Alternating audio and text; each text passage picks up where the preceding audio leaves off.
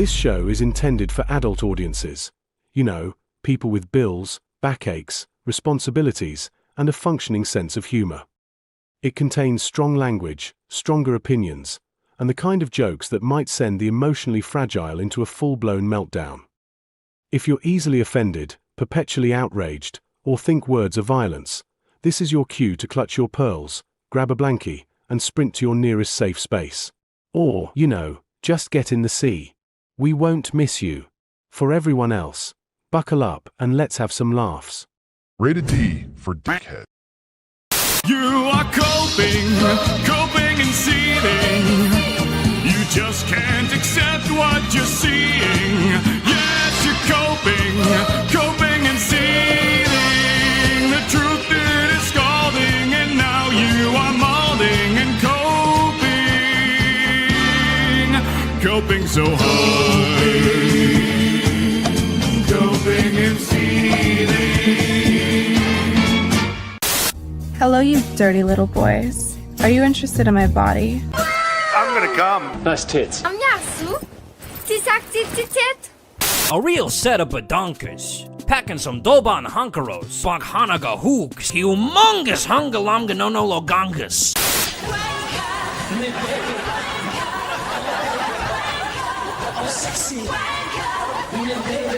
I want people in the industry to be a little bit louder about people being mean to other people, and maybe say it's not a good thing.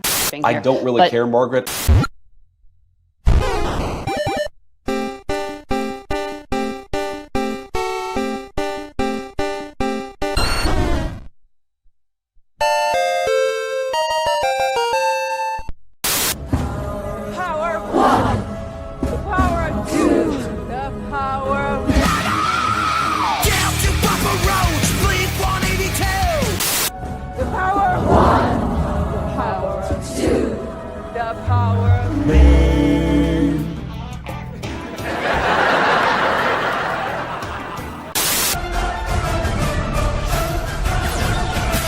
Hello.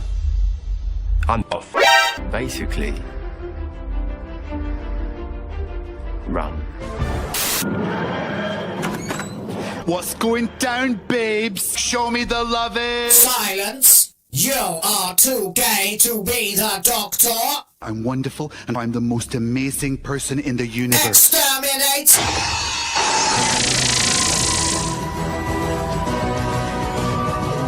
Go have a coffee with your marketing team and just terrify them. With the possibility of what's going to happen if they don't give you what you want. But hey, that's just a theory. A theory. Demonic presence at unsafe levels. Lockdown.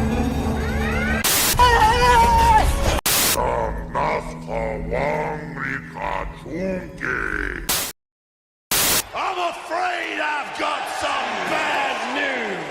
Bad news.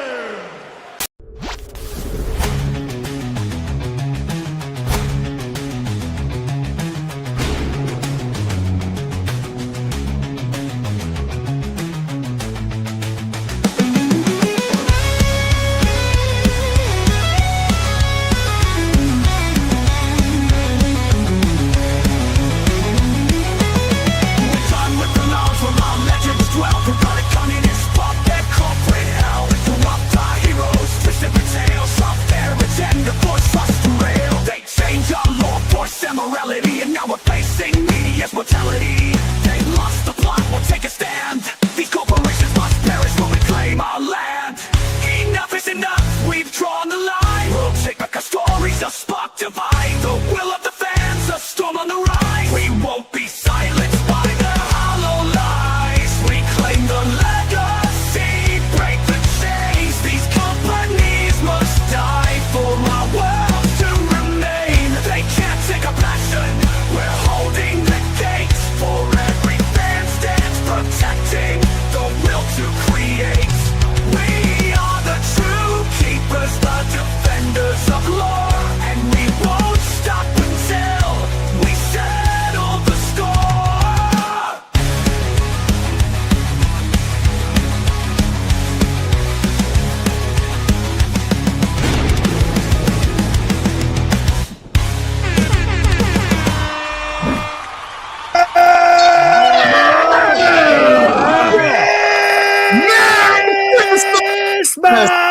Yes! Hello, everybody. Ho, ho, ho, and jingle bells and all that stuff I haven't had time for this week. It is Christmas Eve. Hello and Merry Christmas to everybody from all of us here at WTF Live. It is time for us to exercise the demons. Indeed. Because we have got one ugly task we have to do before we can all settle down for the fucking holidays. So let's just get into it. We're gonna rip the fucking fish will be gutted today. It's the end of the war between the land and the sea, and the winner is literally nobody who watched it. Right. Not me, not Will, certainly not Rhoda. He just watched it, so that's gonna be a blast. Yeah, that's right, baby. It's a fresh wound for Rhoda. For me, it's a day old, and for John, it's about what, 2 or 3 now, probably. I saw it on Monday, so yeah, and so I'm hoping, like, there are certain just total overly cringe moments that still stick with me, but a lot of this was pretty fucking forgettable, to be quite honest. So yeah, I'm glad that we got Rhoda with a fresh I don't think I'm going to forget any of it. I don't think I could if I had to. I went forensic in my. I'd love to. Don't get me wrong. Oh yeah. I mean, immediately right out of the gate when we get into it. Hey, tomorrow you'll be able to drink a lot, and that might help you kill the brain cells that stored the memory. Who knows? Just find out. But anyway, guys, well, first of all, I want to say sorry I haven't streamed for the last 2 days. I absolutely intended to, but then suddenly a vicious lurgy took down the wife, and she was incapacitated for pretty much a day and a half, which is actually pretty damn well done on her part because it wasn't very pleasant.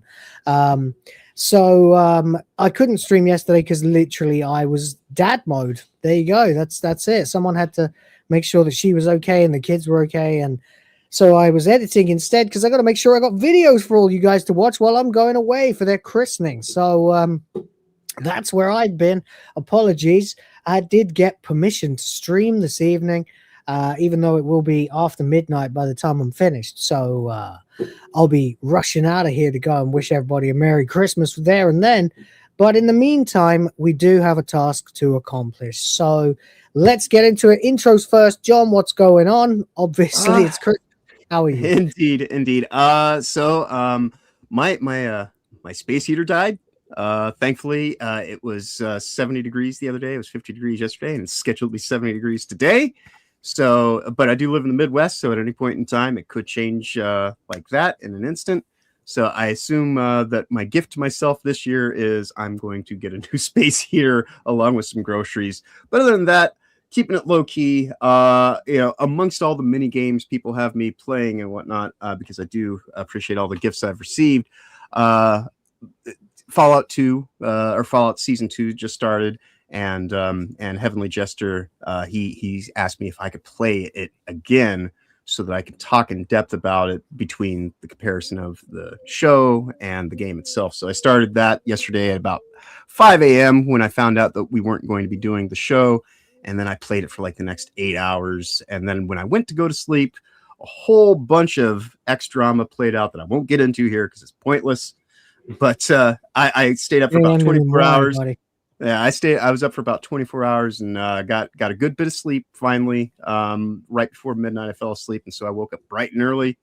And I am here ready to go and just fucking destroy this thing. Which that's going to be an accomplishment because it wasn't really actually built to quality to begin with. No, it's thing I've seen though, I think. I mean, like cumulatively, like I don't think it even had a single high point, apart from maybe a bit of Russell Tovey's acting. That's it. Right. But we'll get into it. We'll get into it. But with that said, though, what do you got going on, Rhoda? Well, okay. First thing you might be wondering is what was the first thing that I did when I got to work this morning? Threw out the Guardian. I did indeed. Yes, it is a Merry Christmas. Drink it in. And I was freaked out because somebody had put it in the wrong place, and I thought it had been sold. But I found it, and I put it in the fucking bin. That's One right. day, someone will make a Christmas movie about that story. I know, right? What else is going on, buddy? What is the You ready real for guy? big- Yeah. Ready for the Obviously, big day? Hmm? Ready for the big day? Yeah. The goose is defrosting. Nice. Yeah. We're having such a weird one this year. We're off. Like the main event for us is 2 days later because we dropped a chunk of change on the christening, so we're gonna have like a nice little modest getaway for a night or two. So I didn't even bother with a turkey this year. It's just roast chicken, that'll do.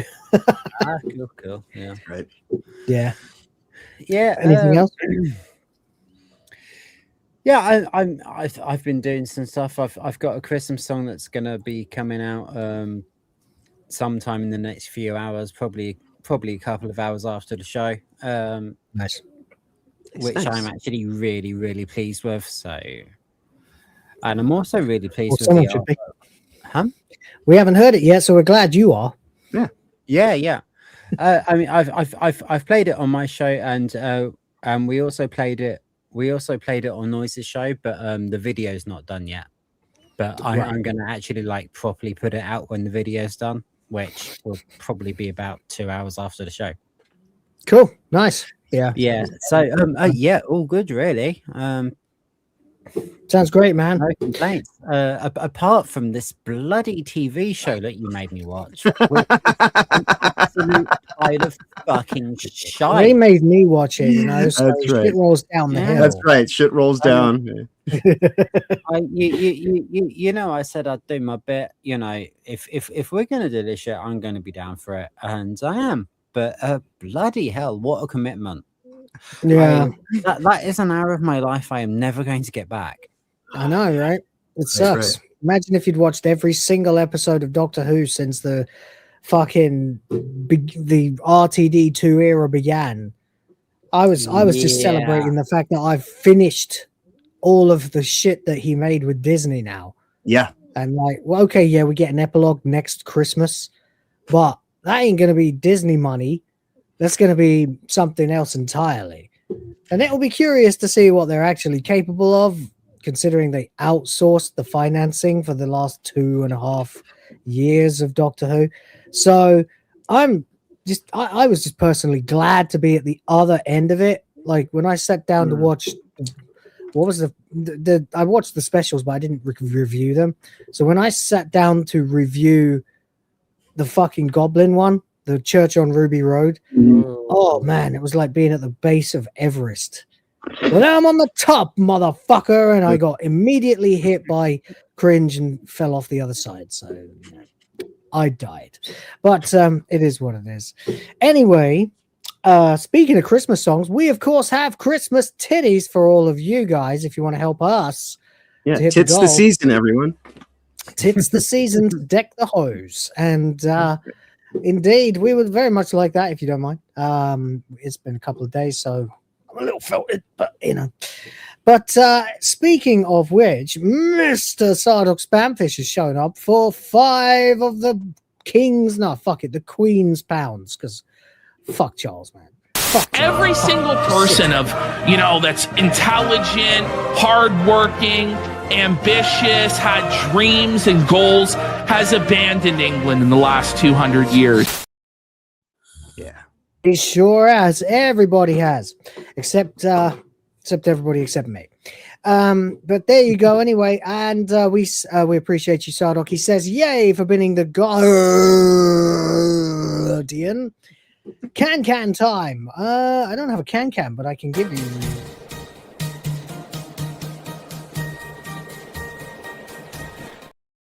She's got some nice cans.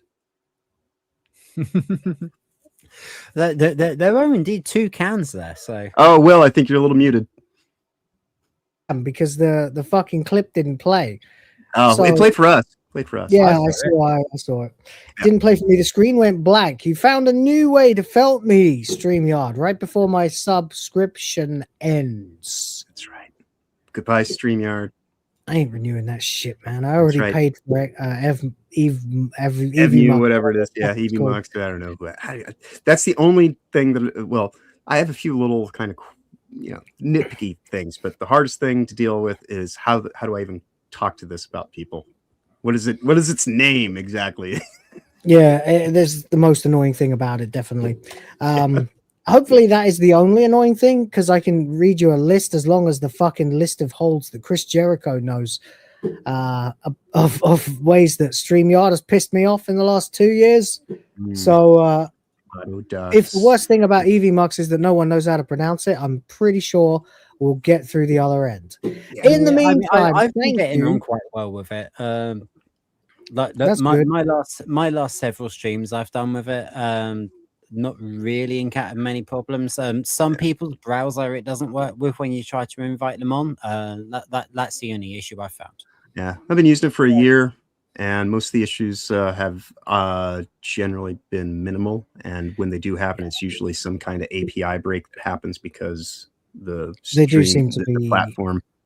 They seem to be the guys who are actually trying. So I and it respect. actually has a dark mode. Yeah, for everyone, not just for you, the user. So yeah, when now, you guys if I see me go on, next like, year on the SNH, show, I won't be blazingly white. I'll be a little bit more Thanos like. Yeah, right. That's cool. Yeah, that's nice. Okay, well, there you go, guys. That's enough small talk. We appreciate you being here. If you are going to be here, by the way, the last thing I wanted to mention just before we get on, obviously, I've got some new apparatus around here. I felt like the plain text thing was a bit lame, so I took my advice and Rhoda's advice at the same time. I said I wanted heart pieces. He said do a limit bar, so we have a limit bar. The bar represents the goal. When we get to 25, 50, 75, etc., I'll change the image. And of course, every time we get a goal, we'll put another heart piece in until that thing's full. We will play Jackbox. That's the current state of things. I hope that's nice for you guys. It also marries two of my favorite franchises to my brand, which I like. So you come with a limit break animation. I was thinking of doing that too when I have time. I haven't had time. Oh yeah, I know. Will's got projects on top of projects. Yeah, I'm like, hey, I'm just gonna start doing videos that require 3 hours of editing before I can release them, and I'm gonna have to make 3 of them so I can go away. Right. Which is not gonna work. Day. Yeah. So instead, I'm just gonna have to plug in my laptop tomorrow, download the last 2 years of updates to the Will of the Fans folder and edit while I'm on the road. So, oh well, whatever. It is what it is. Who gives a shit? No one, apparently, except me. But yeah, we have a task, unfortunately, a task that we must accomplish. It's been a strange trip.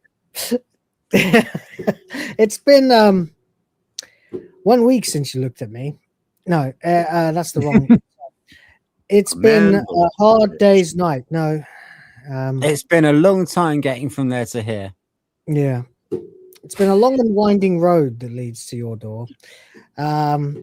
It's been a fucking shit show. Having to watch this motherfucking waste of time, the war between the land and the sea, but it is mercifully finally over after just 5 episodes.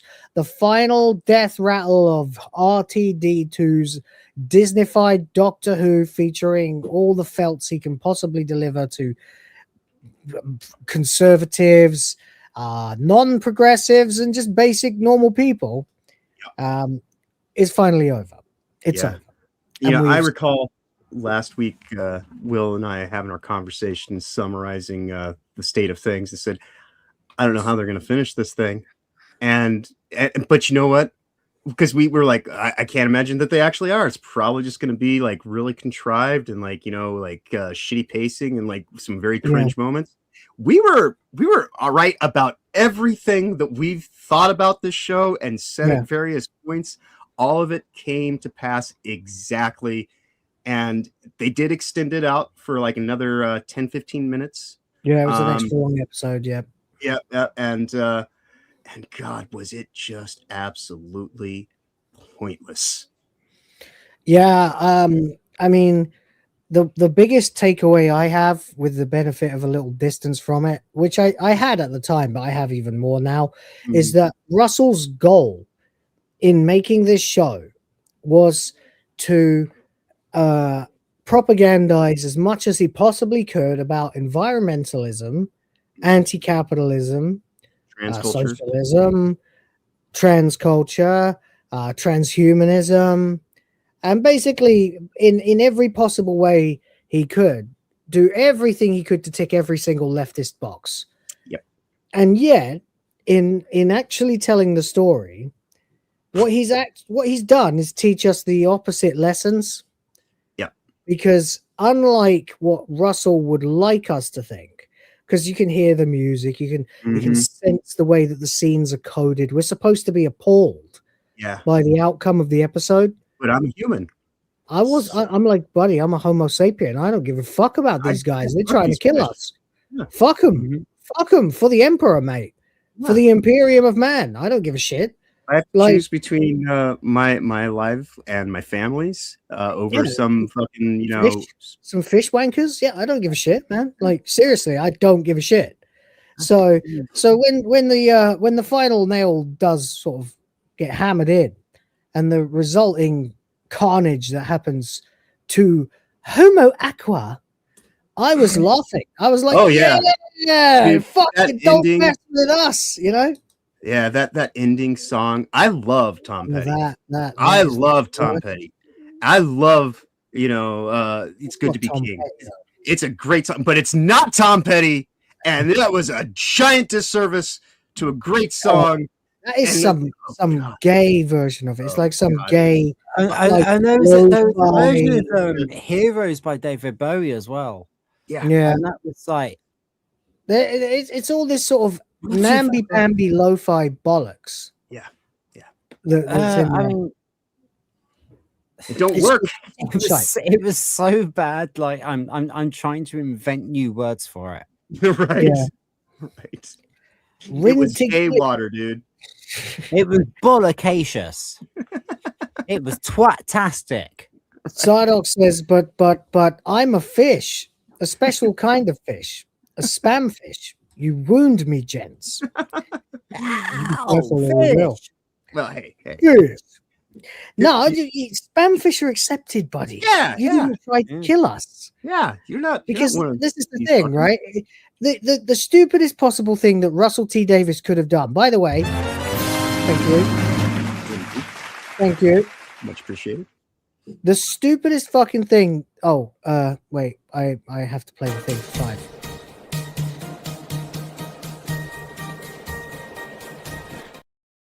Yeah. Right. Thank you very much, Sardoc. The stupidest thing that Russell could have possibly done is have them attack us unprovoked. Right. So they attack us with garbage. Okay.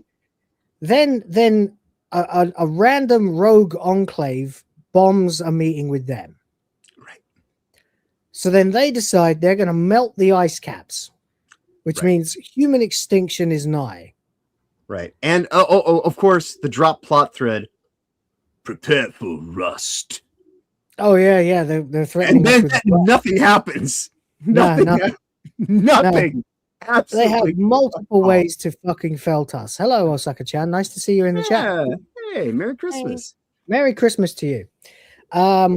So they have multiple ways that they're going to mess with us. And it turns out that in spite of all the threats and all the various ways that they think they can screw with us and all the threats they've made, they're also simultaneously already hard at work trying to kill us all. Yeah. This whole thing was a ruse, you see. So they were already going to try was bullshit the entire time, which does actually kind of get into the leftist mindset agenda of, we're going to do all this pomp and circumstance and act like, we actually in the background we're going to be plotting. Background, yeah, they're looking to just get rid of everyone by any means necessary. So exactly. I guess in that regard, what RTD managed in 5 hours in terms of a revelation of the conceit of this whole ideology, in and of itself is kind of an accomplishment, but he did it subconsciously. It was not intended, but what he did was he gave us a very good reason to wipe them all out. Right. He spent all this time trying to make the good guys sympathetic to the point of almost throwing us under the bus. Right. To the point of siding exclusively with the fish, which I thought would happen. I didn't think Russell was stupid enough to write a plot where the fish have double-crossed us and they're going to genocide us. Well, are you even listening to yourself talk? Yes, I know the sentence I didn't just said. think Russell was stupid enough. Well, right, yeah. You already hit the floor. About you expect fish there to- double crossing us. Like, this is where I'm at now. This is the stuff I'm talking about on my channel. You know? Yeah, I didn't think Russell. I thought he was really stupid, but I thought at least that he was married to his own, hyper over-aggrandizing socialist ways. I didn't think he was dumb enough to throw his entire cause under the bus. Right. By having them all have betrayed us way before we ever got to this moment, thus making it perfectly okay to assassinate, to genocide them.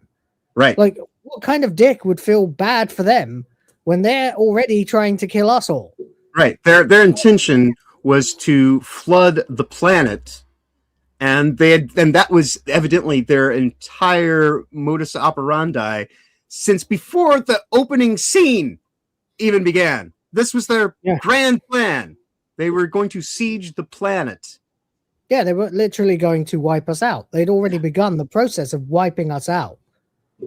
So in a few years, there would be no people left. Right. Except for them.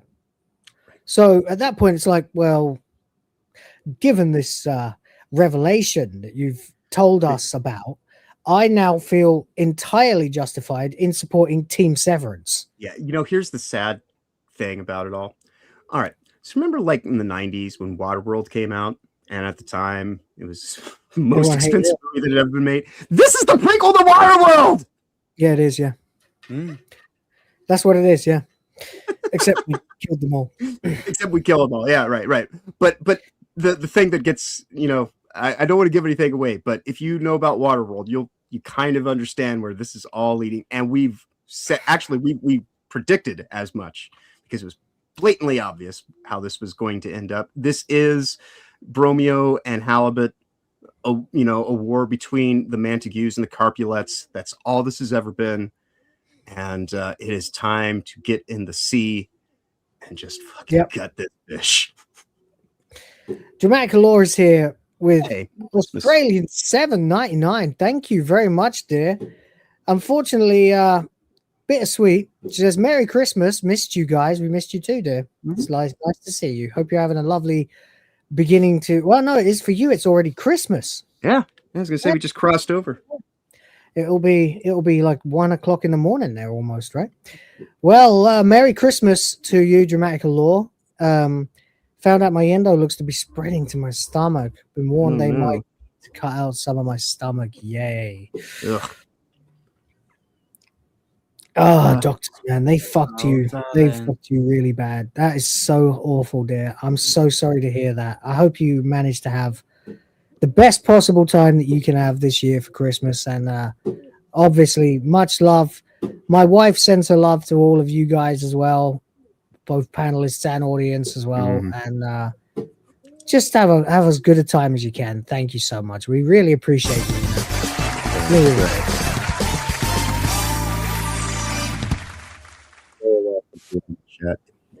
There you go.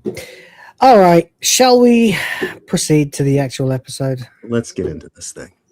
Yeah, let's do it. Yeah, let's get this shit over with. Yeah. I think that's kind of what they said when they had to film this 5th episode. I can't imagine anybody actually taking this job seriously. No. At the BBC. Like, at all. Even at Bad Wolf. Oh, wow, I really can't wait to shoot this bullshit about fish. Right. Human fish. And, oh, man. It's so self-serious. It's so fucking self-serious. Yeah, they're up to their gills in it.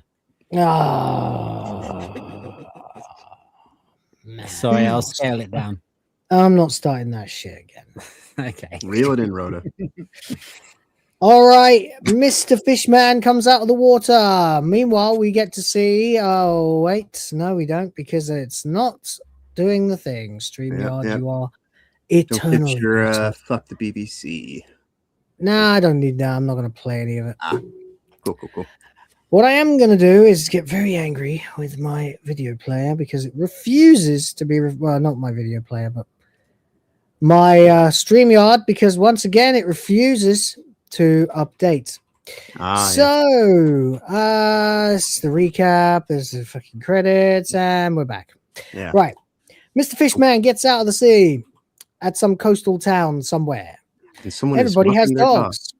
Everybody's What's this walking their mean? dogs, and it's really nice. It's like, oh, hello, mate. How are you? Oh, you got a dog too, have you? Oh, What would be the nice. stupidest kind of way that you could start these proceedings? Well, it would probably be hurting the animals. The innocent animals that we keep as pets, yes. I think that would probably undercut the whole kind of message that you're striving for, that there can be some kind of harmonic balance between, these warring factions. Yeah. Let's see what happens. I love the I love the caption as well. Executive producers. Everybody Christopher Eccleston hates. Yeah. Right. Of course.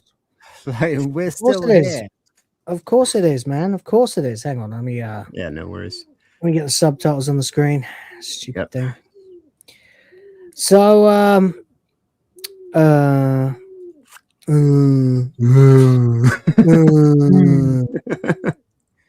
all right, so we're here, and now we go into somebody's house, and we're watching the news, and apparently a little time has passed, but we're not sure how much time, Right. because it's all between the land and the sea.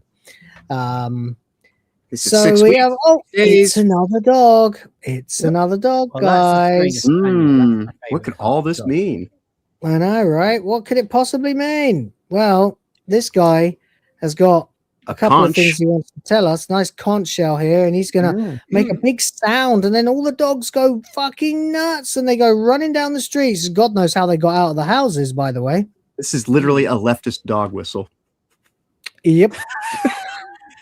Complete with what they'll do when they, So all the dogs come running towards the boy who has his clan here with their net, and we cut to a scene between these two, and Sir Fairfax Reginald Billington Smythe, or whatever his fucking name was, is here, and he literally just goes, "You ate our dogs!" What a way to start. Wow, that's not an escalation at all. No, That's no. definitely not going to make us hate them.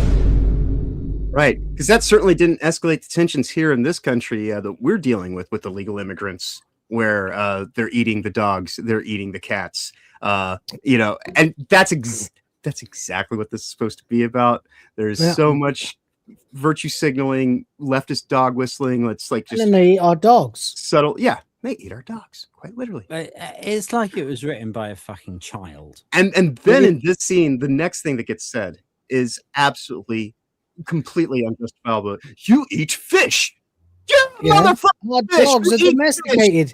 He Fish. says, our fish are family. Right. Fish eat fish. Yeah, fish eat fish. So go fuck yourself. Yeah. You know?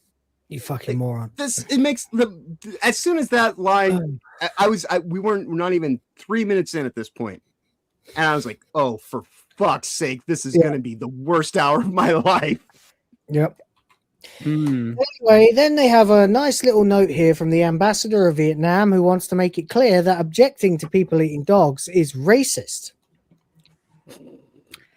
It's not exactly common practice in any Asian country to eat dogs.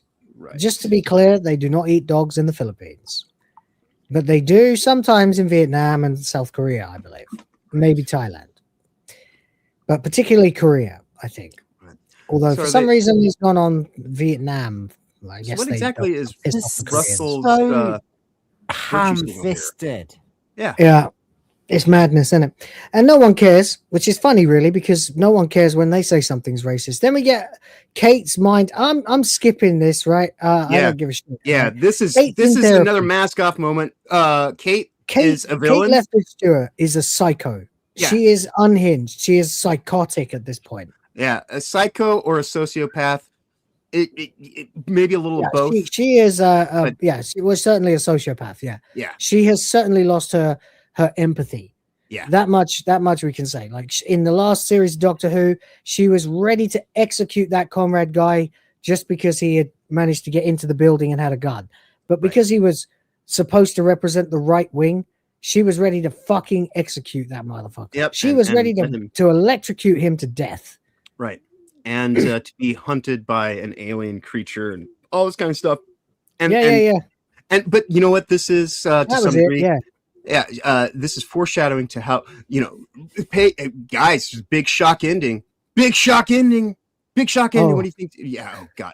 Well, the last scene as well. The mid-credit scene is the final moment. Seriously, if Kate isn't a bad guy in the next series of Doctor Who, there is no justice in this universe. Right. So anyway, she doesn't want a diagnosis. She wants to do what all the leftists do. She wants to double her dose of mental health drugs. Yeah, she wants more SRAs. She wants SRAs. That's the term I was trying to think of in my review that I couldn't come up with. That's it. She's not happy with her current dose of paroxetine. She wants 40 milligrams. The doctor won't do it. Says it's out of the question. She says she's going to have to sign her off, and she's like, "Well, we're on the edge of worldwide war." Oh, she's got. I need my drugs, and I need to kill the fish. Who is her superior? Who's Kate's superior? Right. I kind of thought that. Who does she work the doctor? You're gonna go tell Doctor Who? Like, yeah. What are you gonna do? Go to fucking Catherine Tate's house and tell David Tennant? Seriously. Like, what's she going to do? I'd like to speak to the doctor, please. You have to do something about Kate Lethbridge Stewart. Can't you see I'm busy ignoring the war between the land and the sea? That's right. I spent the last 3 weeks cleaning up trash in the backyard. Yeah, even though nobody saw it because it was all conveniently got rid of very, very quickly in between episodes 2 and 3. Right. Even though, as they pointed out, it had only been like 2 or 3 days between episode 2 and 3. Right. They managed to secure the submersible incredibly fast, but they managed to rid New York of the Titanic in that time, presumably. So anyway, instead, what Kate decides she's going to do is she's going to blackmail her therapist because she is fucking unhinged, ladies and gentlemen. She has gone off the deep end. Yep. This is a woman who has taken leave of her senses. All right. She now tells the therapist that she knows that her daughter is not her husband's. That's right. Women hate women more than anything else. And that's right. Yeah. So she knows that she slept with her husband's best friend, got pregnant because she's a retard.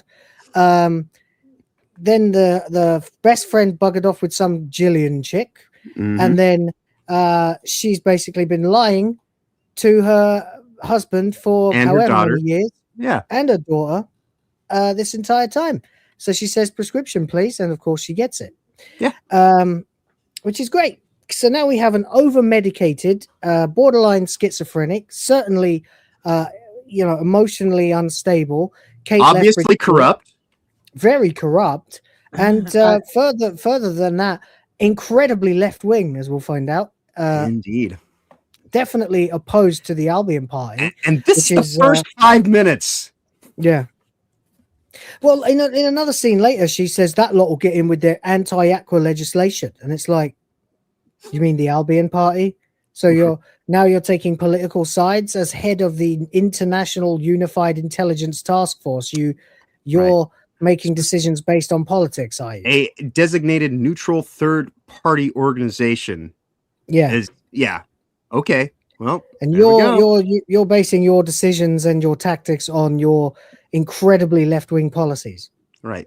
Your individual perspective, not what the agency is intended for, you're sitting here and saying, "Oh no, it's up to my interpretation because I'm Miss Power Pants, and I enjoy walking around in my suit, and no one's going to Indeed. take this from me because I deserve it all." Yep. Oh, don't you're you a know villain. my boy toy, who's 21 years younger than me, died for this? Right. Because So I wouldn't stop working. Right. So I can't be, I can't be chastised for any of these things. I'm just Because I've lost something too. right. Such piss off. flimsy Like, emotional baiting. you shouldn't have been going out with her in the first place. This is another one of those things. It's like it's a Hollywood trend. Young men going out. Everything. Yeah, exactly that. Everything is designed to stop healthy relationships, to stop normal human people from breeding And making more people. Yes. Right. Right. Yeah. Just like the abortion thing, the euthanasia thing. Yeah. It's all Transgender a way to agenda. stop us from making, transgenderism. It's all a way to stop people from making babies. Soft kill genocide. Yep. That's all it is, baby. And genuinely, there's no point in playing the conspiracy theory jingle because it's so fucking obvious. That's right. It's like, what should we do? We need a John's Vindicated jingle at this point in time. 'Cause it's like, I just keep racking them up.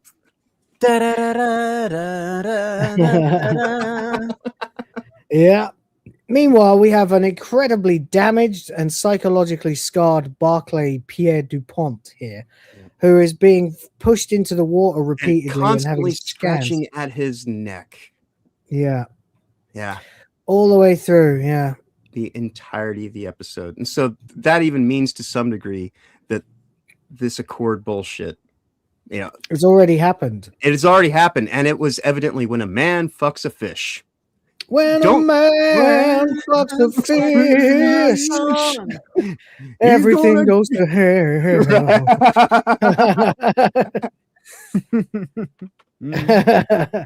Yes. So Dr. Suckup here wants to tell Barclay how wonderful and magnificent he is. Barclay, meanwhile, has got headaches, rashes, trouble breathing, all kinds of strange problems that, he just might needs just the have forgotten water. about by the end if you forget he needs the water. And the whole way through, I was like, oh my God, he's turning into a fish, isn't he? This is the Ood thing all over again. Right. This is so District 9. transparently obvious. Yeah. It's District 9, you turn them into one of you. Right. So they can be empathetic. Yeah, it's one of those rudimentary emotions. Oh, I've turned into a fish. Because he's a fish, man, baby. That's right. Yeah. Dude, in this hour of time, they rip off so many better things and do it in such a hackneyed fashion that it almost makes you go and say, wow, that concept is actually kind of retarded when it was actually far better in other works. Let's be fair. There are things that have done this before. It's even been Doctor Who before. Exactly. And the key is how you do it, right?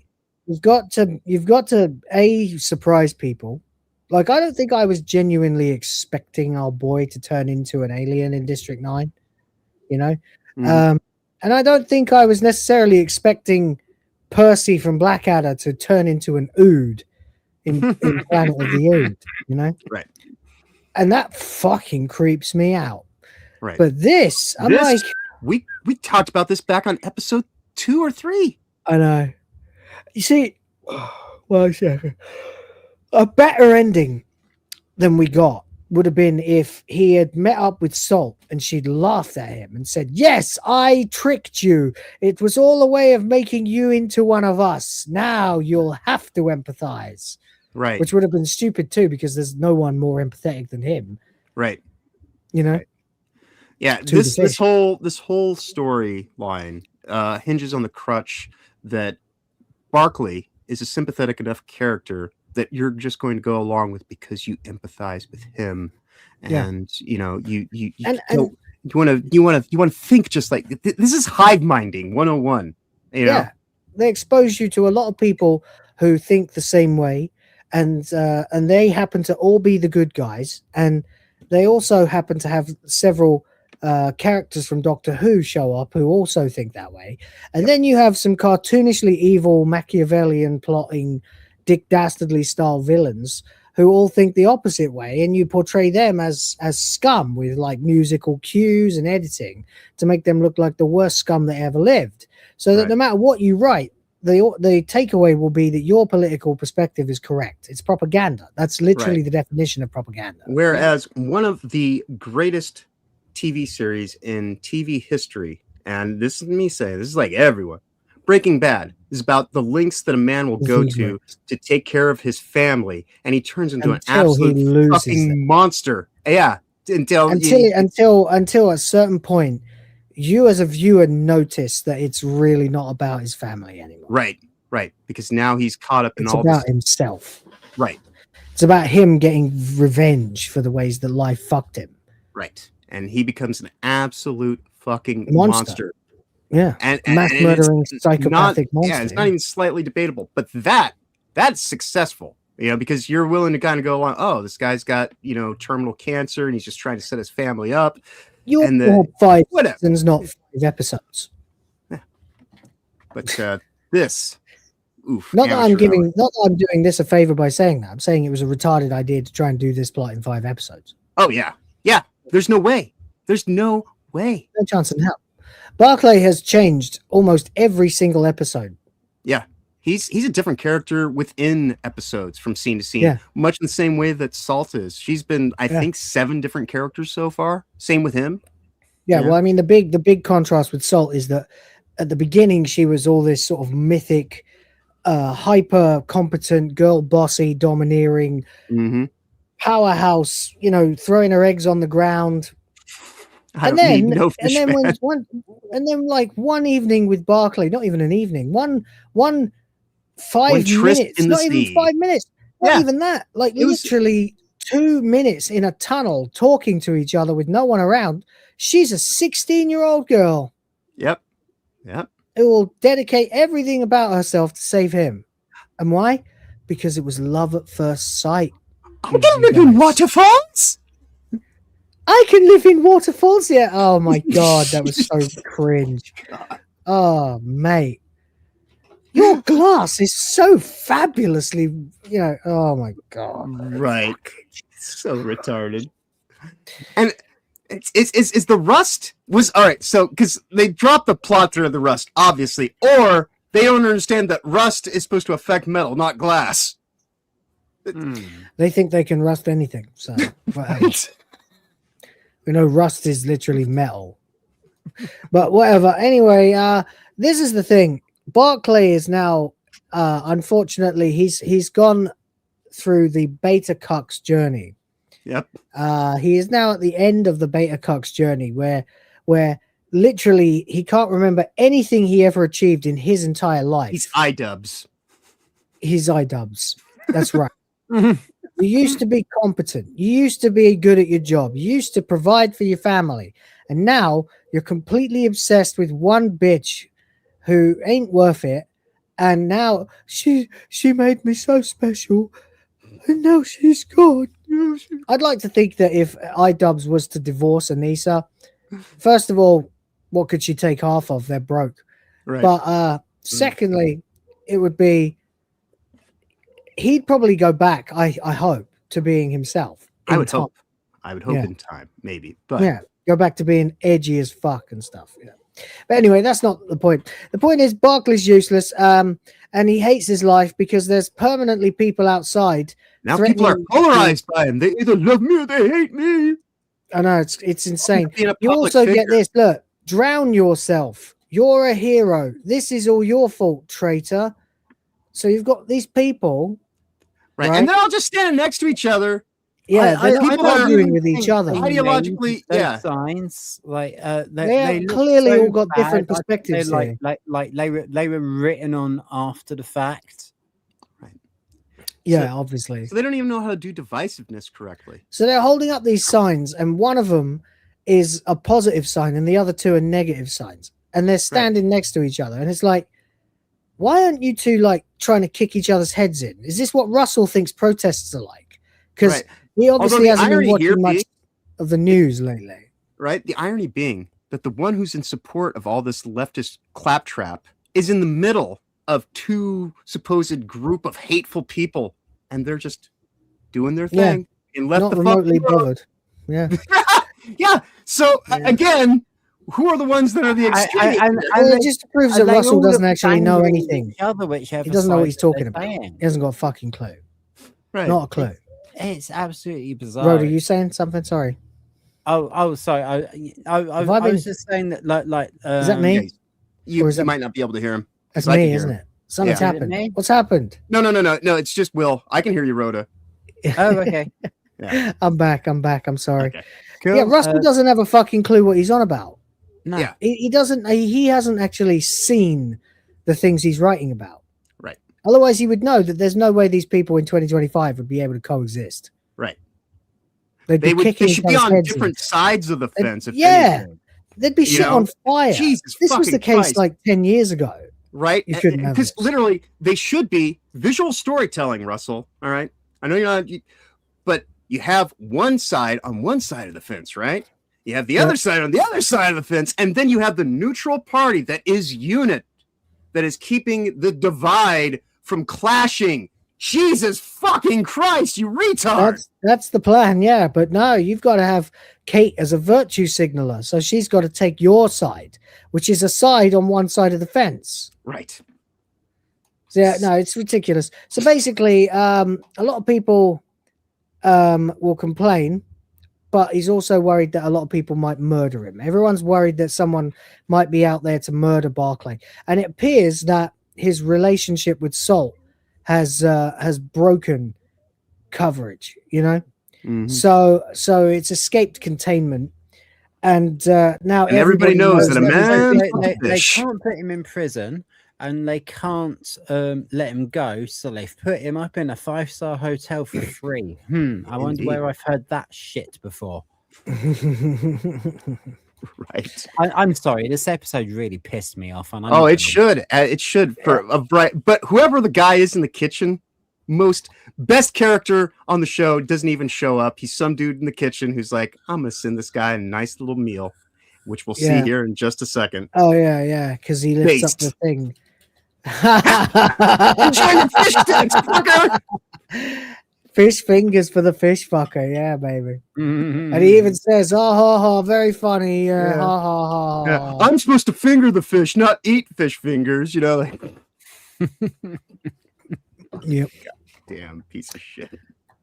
Anyway, he says he's got some problem with his lungs. Then we get to see him taking a shower, which I'm only pausing on because we get this close up of him saying that he's only comfortable in the water, and then we get a look at him in the shower, and he's like, I don't know what they're fucking doing with this effect. It ruins it.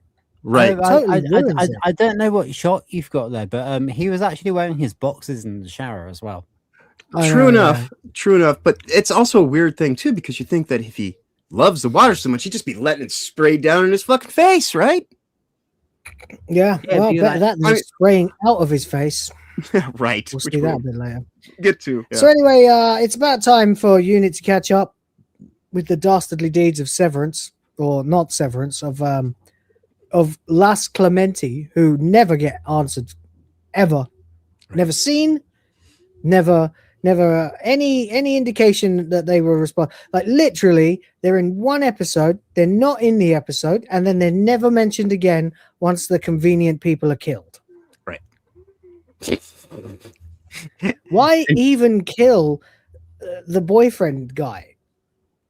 Because we're supposed to understand that Kate is a complex character, and she's dealing with a lot. You know, she's being torn by her personal trauma. But she's and yet not. she has to put on We this get brave like face. 3 scenes. We get like 3 scenes across 2 episodes of her being a bit confused and oh, I see him everywhere I go. I'm gonna have a cry. I've been awake too long. Can I have more meds, please? That's the loop. That's the plot. The end of the we're gonna put these 2 characters together, even though it makes no fucking sense. We're gonna have a 39-year-old man dating a 60-year-old woman, and we're gonna keep this fucking subplot going for 2 damn years, so that what?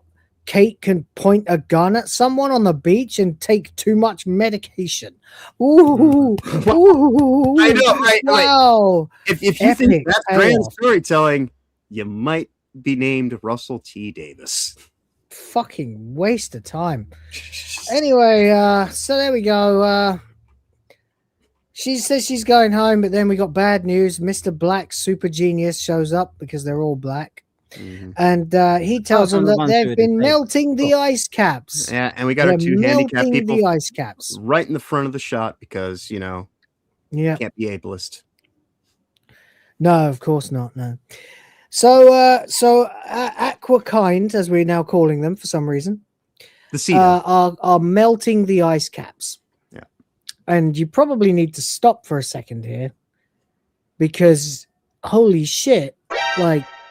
Right. It's a pretty dramatic kind of course of action to take.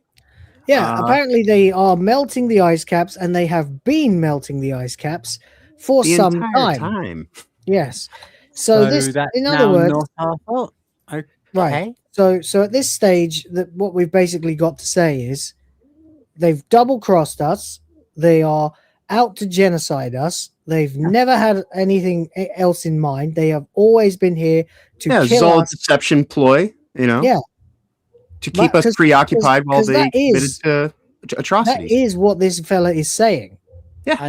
And we already established they're invulnerable to us. And here's another interesting thing about this. They tell us that we're terrible for eating fish, right? But their plan is to go and change the balance. The pH balance of the oceans. So they're committing an atrocity to they might kill themselves. World of the sea. In their attempt to genocide all of us. So don't we always hear a lot of bollocks about the ice caps melting doesn't only affect us, it also affects the life in the oceans. Right. And that's their immediate habitat. So as much as they want to sit here and say, you're destroying the world, what the fuck is this scene? This completely undoes the whole point of any kind of chance for sympathetic kind of we already know that they can breathe and filter out any pollution that we make. Exactly. Which means that this was all an insidious plot from the start. Right. They are sea devils. They literally never actually fucking suffered at our hands. No. This was all just an insidious plot. And they are sea devils, yeah. And we're the hippies who let them fucking walk all over us. Well, we're not, but they are. The Prince Friedrich ice shelf has melted in 6 hours. It's supposed to take like fucking 100 years. So we are, then we get, we will drown, we will choke. Oh my God, the writing. Yeah. Oh God, it's awful. And the fact that they just talk about how like they did something that was supposed to take 100 years and they did it in 6 hours. I guess maybe that's why they seem to think that when we go and say, hey, you're talking about like the history of humanity over the course of, thousands of years. We're going to try to take care of this thing in 5, this petty, petulant demand that you have. Yeah. That's not fast enough. Oh, well, I'm sorry. Yeah. I don't have your fucking, abilities to warp space-time to make shit happen at a quantum fucking level. Humankind was melting the ice long before we woke. Were we? I've still never seen a single thing that convinces me of that. The contrary that I'm quite inclined to believe. There is a rock, Plymouth Rock specifically, where it's right at the shoreline, and it has the year that the Pilgrims made it here to America. Yeah, right there, right at the seashore. You can still see it every goddamn day. Yep. Like, this whole idea that somehow the coastal lines at this point in time, an inconvenient truth, Florida's already supposed to be gone. Like the entire state of Florida, right? An inconvenient truth is actually just a convenient lie. Yeah. And always was. Yep. It's all the same thing. Less people, fewer people. Don't make babies. Get in the sea. You made this happen. He blames it all on us. You started it. You started it. You started it. How do we start it? Yeah. Seems like you're doing perfectly fine down in your little fishtopia under the sea with your with your domed biomes that you could just use for egg clutches and, go about filtering out. I cleaned you. Cool. Good. What's your problem, man? Like, it seems like you're highly advanced. The toxins, you silly bitch. They've snapped this show's entire premise on its ass. They have no legitimate reason to have attacked us. They have no legitimate reason to have ever. They don't even want the shown up. land. They just, what they want. So ultimately, what their actual plan. This is the revelation.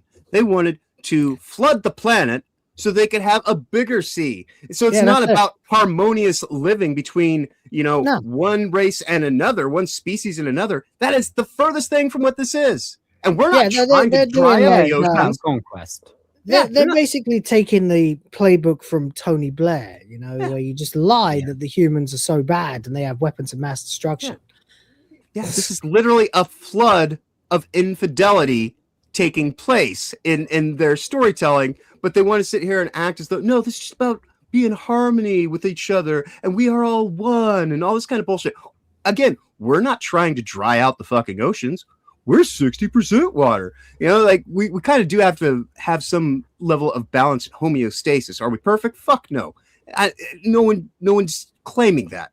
But this supposed high-minded, just morally ambiguous fucking group of fish people seem to think that they have the imperative and it is their duty to drown every bit of land on the planet. So they care not for anything. No, this is a ruse. If you actually put it together and you uncover the real plot, they were not threatened by our poison. They were not threatened by our toxins. One of them was killed by a fisherman. So they decided to declare war on us. Yeah, they just want the planet. That's all they've wanted from the get-go. And because.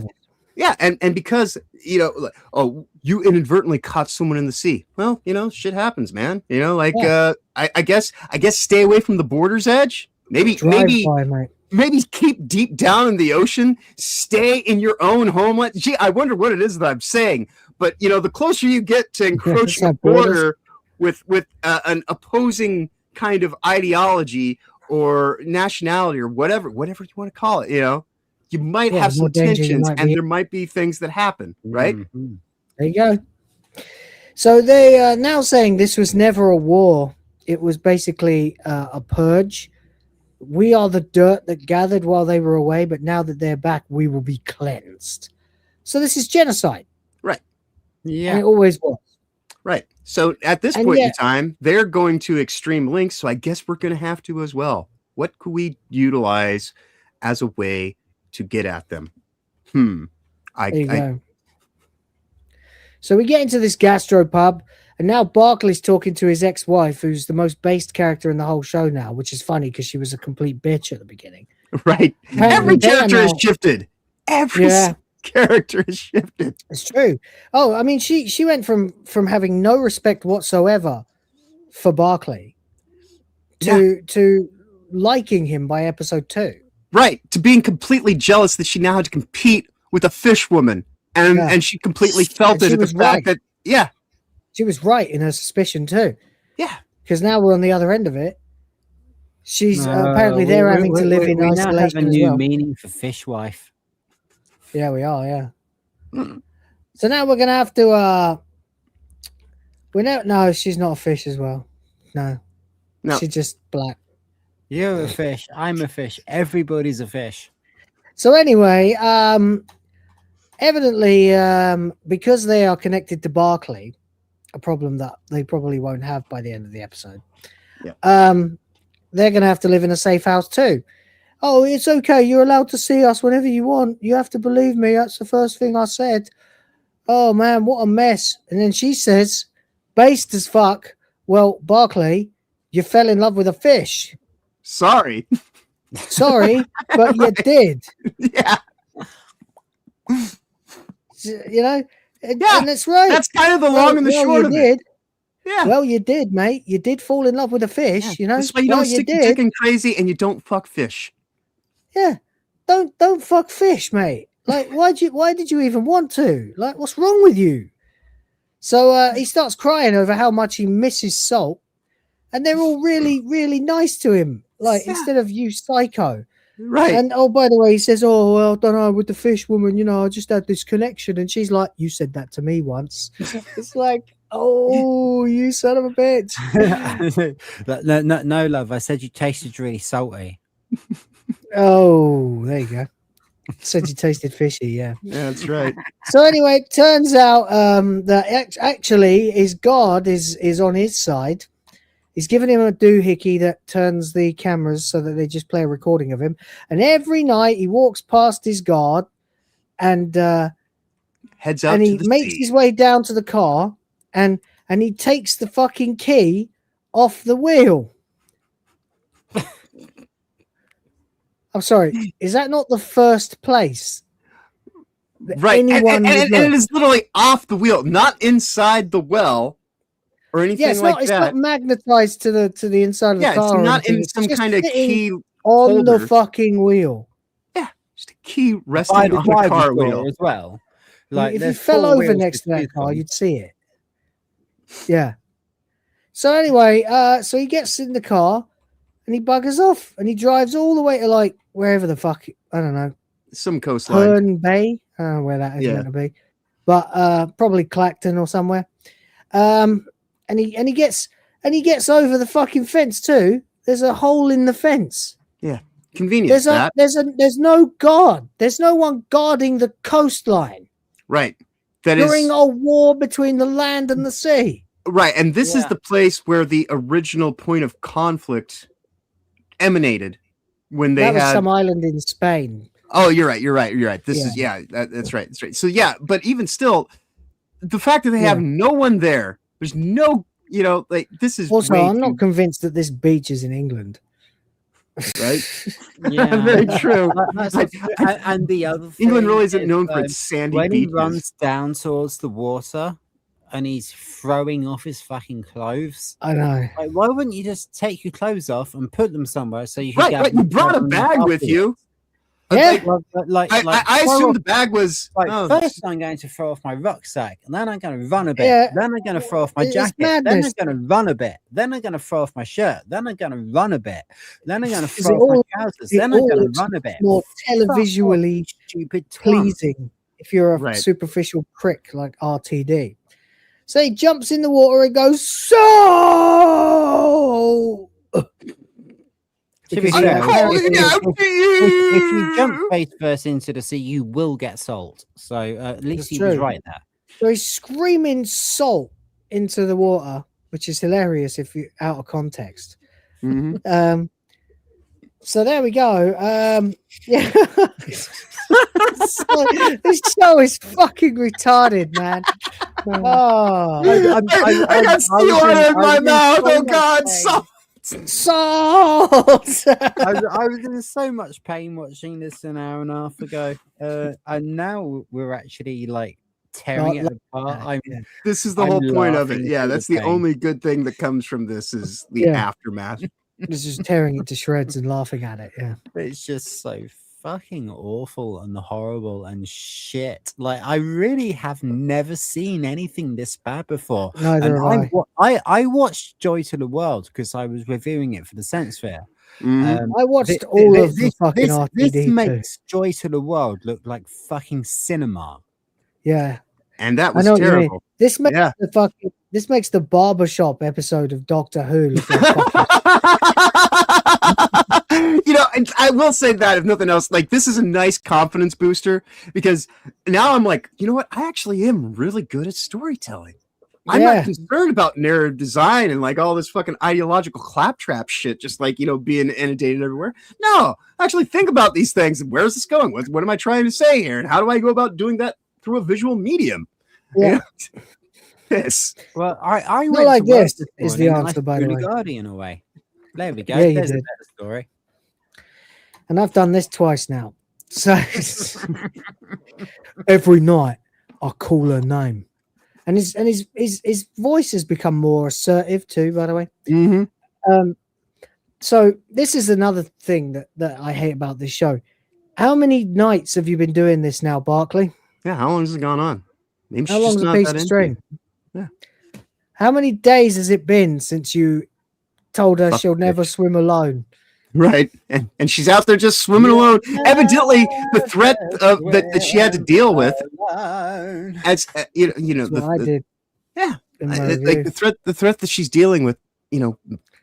Has she died? Is that what we're supposed to be worried about? Of course, What, she it is- died in the sea. right. So She can't exist without me.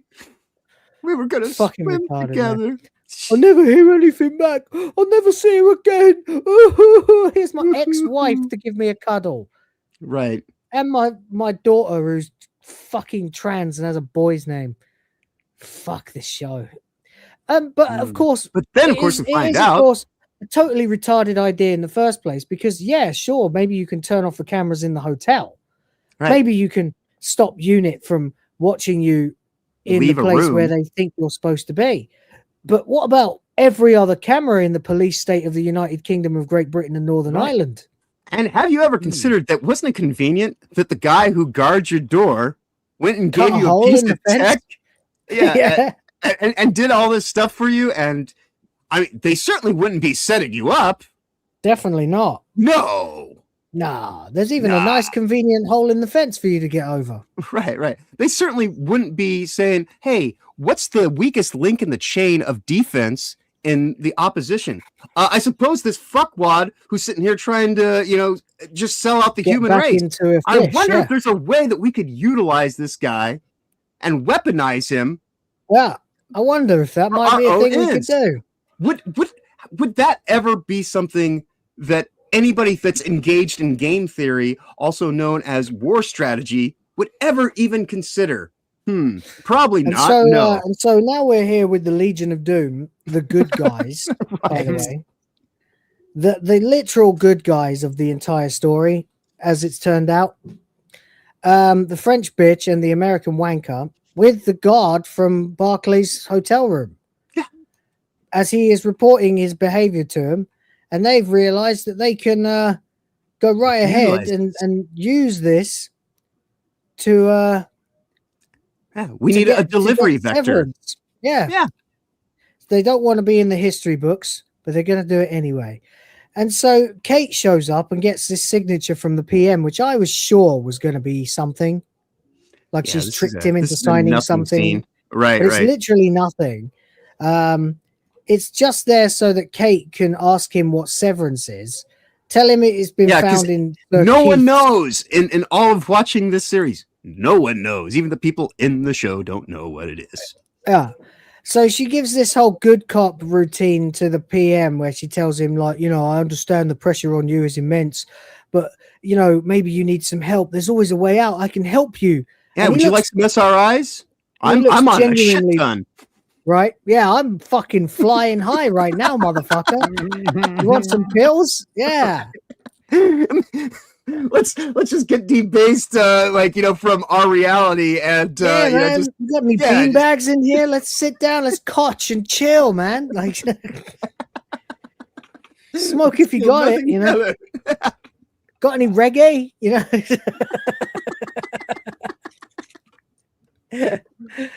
Just cut to there's fucking Kate Lethbridge Stewart and the baldy fucking guy from the It Crowd, not the It Crowd, sorry, the Thick of It. Right. Now playing the PM, and they're just totally burned out on some fucking sofa somewhere, laughing like Beavis and Butthead, while fucking Bob Marley plays in the background, Roll my finger. or Smoke Two Joints plays in the background, or something like that. Right. Perfect. Fuck's sake, La, da, da, Santeria. I was I gonna don't practice Santeria. I love this song. right. But I got high. I Yeah. Afro Man or Sublime. Afro Man or Sublime. Yeah. You gotta get some Sublime going in there. That's right. Bad Fish. How about be Bad Fish by Sublime? There That's it is. some. There There you it go. is. You a bad fish too.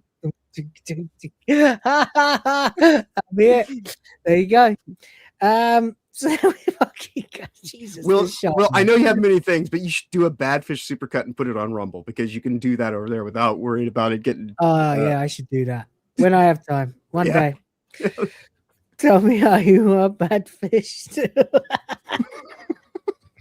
So anyway, despite her fervent efforts and despite the massive tell on the PM's face as he stares into the distance like, maybe he is on SRIs.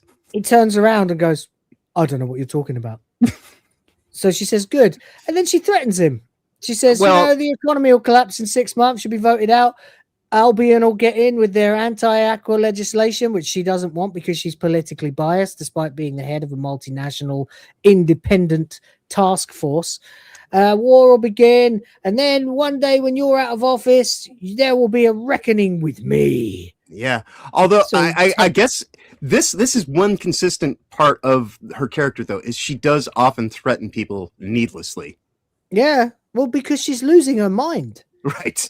Mm-hmm. She is losing her mind. And the SRIs are not helping either. No. Not even a little bit. The medication she's on is fucking her up too.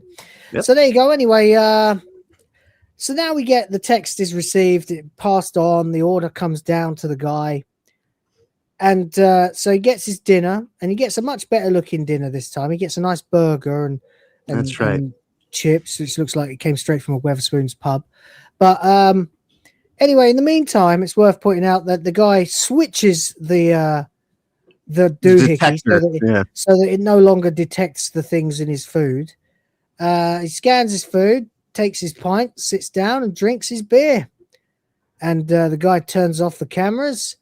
Barclay falls asleep, of course. And here come Umbrella. Wetworks group. Yeah. Pretty much, yeah. Seal off the fucking room and inject some strange shit into Barclay. Some strange blue shit. Yeah, they just injected him with Drano. Yeah, right. They're gonna flush the ocean. Or blue Alco Pops. Right. Or wine coolers, you guys call them. Yeah. He wakes up, he's fucking buzzing, bruv. You know? So then they clean him up and then they give him some sort of wake-up spray in the face and then they ditch out.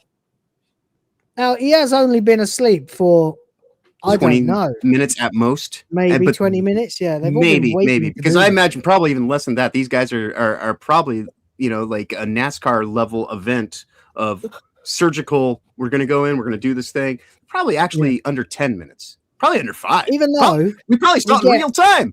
We get Matey Boy throwing his lab coat in at the last minute, his hazmat suit in at the last minute, which kind of undermines the idea that they're this sort of secret crack outfit that does this sort of thing all the time. Right. But this is Unit, and this is the sort of shit that Unit will do to you, apparently. I fell asleep. And he buggers off. And by the way, he's still wearing the same jumper and everything. He is in a gilded cage, so maybe he only has so many. Although we have seen that he has like a nice wardrobe right there by the front door, a whole bunch of suits and things like that. So yeah, which he magically is about to change into one of. How the fuck did that happen? Yeah, I guess that's supposed to be in his duffel bag, but you'd like to think that it would be wrinkled. So there we go. He gets through the massive hole in the fence again, man-sized and now hole. He's beige, which he wasn't just now. Yeah. And then he's back in there going,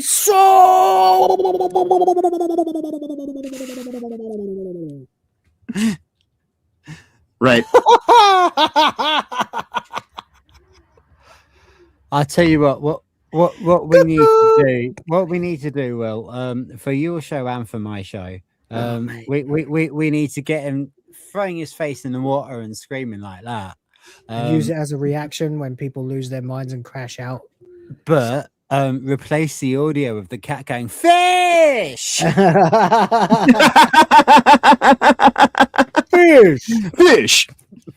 Fish. Trout a la creme. Enjoy your meal. So today's fish is hacking the creme. Everybody has just fucking lost their minds in this show now. Like, they are unhinged. This is madness. Right. There we go. So he's there and still nothing except, and by an incredible, amazing coinky dink. Right. The night that they inject him is the day that she finally fucking shows up. Right, because we did omit one little thing that we glossed over. Evidently, at some point in time, he was talking about how they must have this this kind of sonic field going on to disrupt. Yeah, everything. So if only there were a way that because when all the little handies were in front of the table, they were talking about, oh, there's this sequence that's happening, and it's preventing communications from going through. So maybe that's why we can't reach Salt. So evidently that is now, for whatever reason, conveniently, seemingly been shut off. I wonder what it could be. Could it have anything to do with the shit that they just injected dude with? No, right, probably not. Who knows? They did say they had sonic weapons. So anyway, he runs into the water because she's here. She's finally shown up. Conveniently, the morning of the night after if you've got a reason. Isn't he supposed to be back? Like, isn't he supposed to have a routine? Wasn't he wearing a beige? He did throw off all his clothes, and then he's obviously put them back on.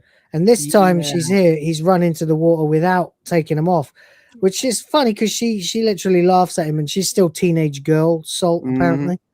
You people are so funny in your clothes, and they kiss. Yeah. And then, I noticed this. Her lips are red. Yeah. I'm sorry. Isn't she an amphibian? Right. Aren't they cold-blooded? Right. Why are your lips red? Was Barkley wearing lipstick and he managed to kiss only the insides of her lips?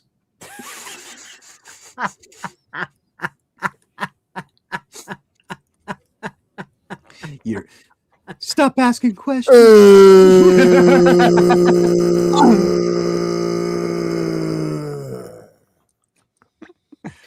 Russell, you are a retard. Yeah.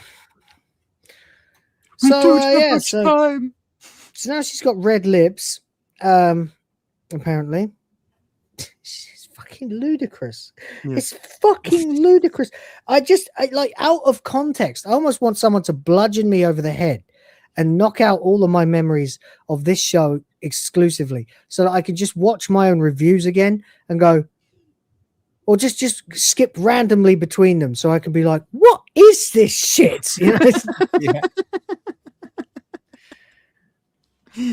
But now she has a plan. Now she's the one who's all like, she cares more about humanity than this fucker does. Right. The funny thing about these fish fuckers, right? Not Barkley. Not Barkley, but the actual fish fuckers. The fuckers who are fish. Exactly. They seem to all be really aware of how special and magnificent they are. Yeah. They don't have the same sort of low opinions of themselves that humans do. Yeah, and it's almost as if they're supposed to represent some kind of community that we're all supposed to accept as being extra special. And while at the same time representing victims and marginalized groups. Right. While at the same time being faster, more powerful, more capable in every way than us. Right. Yeah. Keep men out of women's sports. You've invented Avatar, Russell. Congratulations. Right. I'm afraid that you're a little late. Right. 2 years ago, the Avatar in the ocean already came out, so you kind of... Way of Water was 3 years ago, actually. You're right. Because I thought it was only 2, but it isn't. It's 3. So the tides still head towards you, she tells him, even though Barclay says, I'm nothing, I'm no one, I'm not special. Oh my God. The man has lost his... Wow, you really know how to get a woman wet, don't you? It's a good thing that she's in the sea because you're drying up that fish pussy right now. Right. Imagine if, like, you said that to a chick. Like, she'd be like, wow. Okay. Wow. You know what? I think I'm gonna just swim away. You know what? There's plenty of fish in the sea. You'll meet someone. You'll meet someone else. You know? I bet there's another girl out there who's just right for you. Yeah, it's not on you. 2 legs. It's me. Right. You know? No, it'll never work. You're a man. I'm a fish. Yeah, I mean, there's a lot of reasons for her to tell him off, but one of them wasn't there a kids song like about 15-20 years ago called "Help I'm a Fish" or something? It was a movie, I think. Yeah, there was. It was. Therefore, there was probably a song from it. I think I was still in school when that came out. I mean, yeah.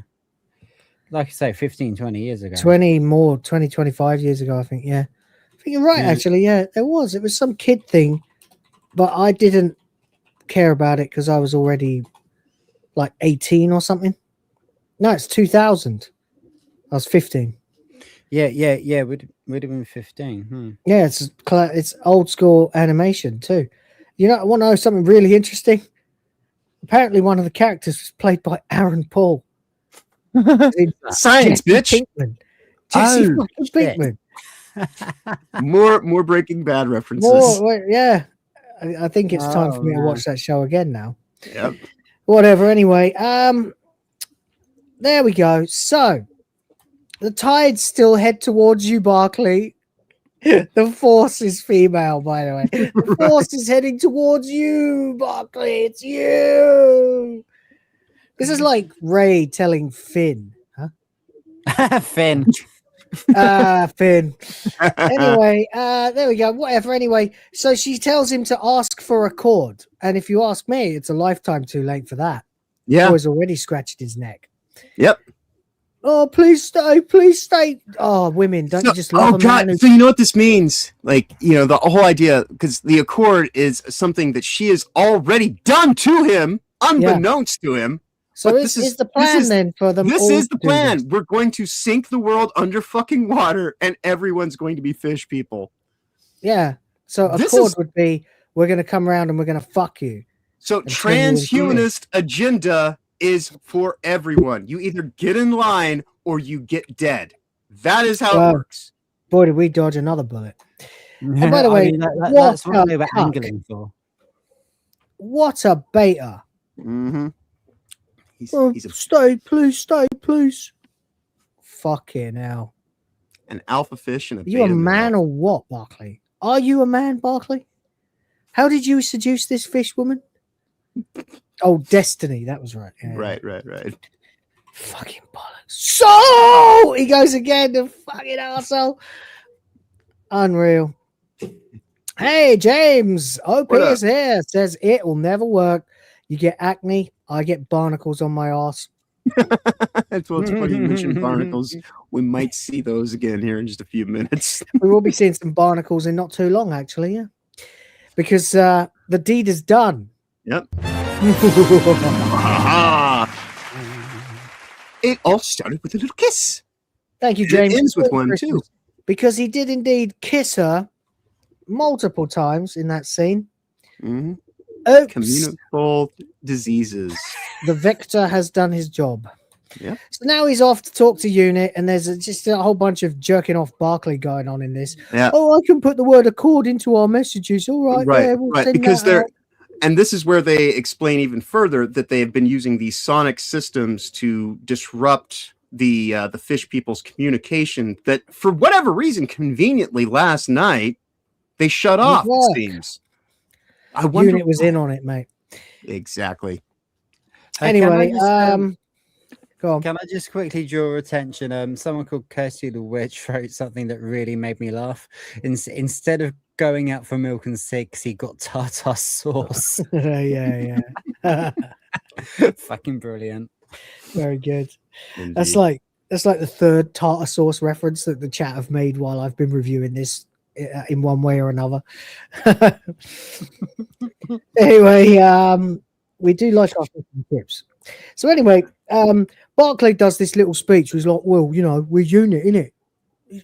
We save the world, don't we? If that means standing up to the government, so be it. And this really impresses Kate for some reason. She's like the clerk from the fucking transport department. Well, she is pretty high right now in SRI, so take everything she says with a grain of Luke Skywalker salt. right now, or something. Right? To her, you might as well be, because she's high as a fucking kite. So yeah, fair point. Anyway, so yeah, I mean, it is ludicrous, you know. That's another thing they could have called it: Kate versus Skate. Oh my god, it's getting so bad now, so bad. Oh my god. Anyway, to my gills with this. There we go.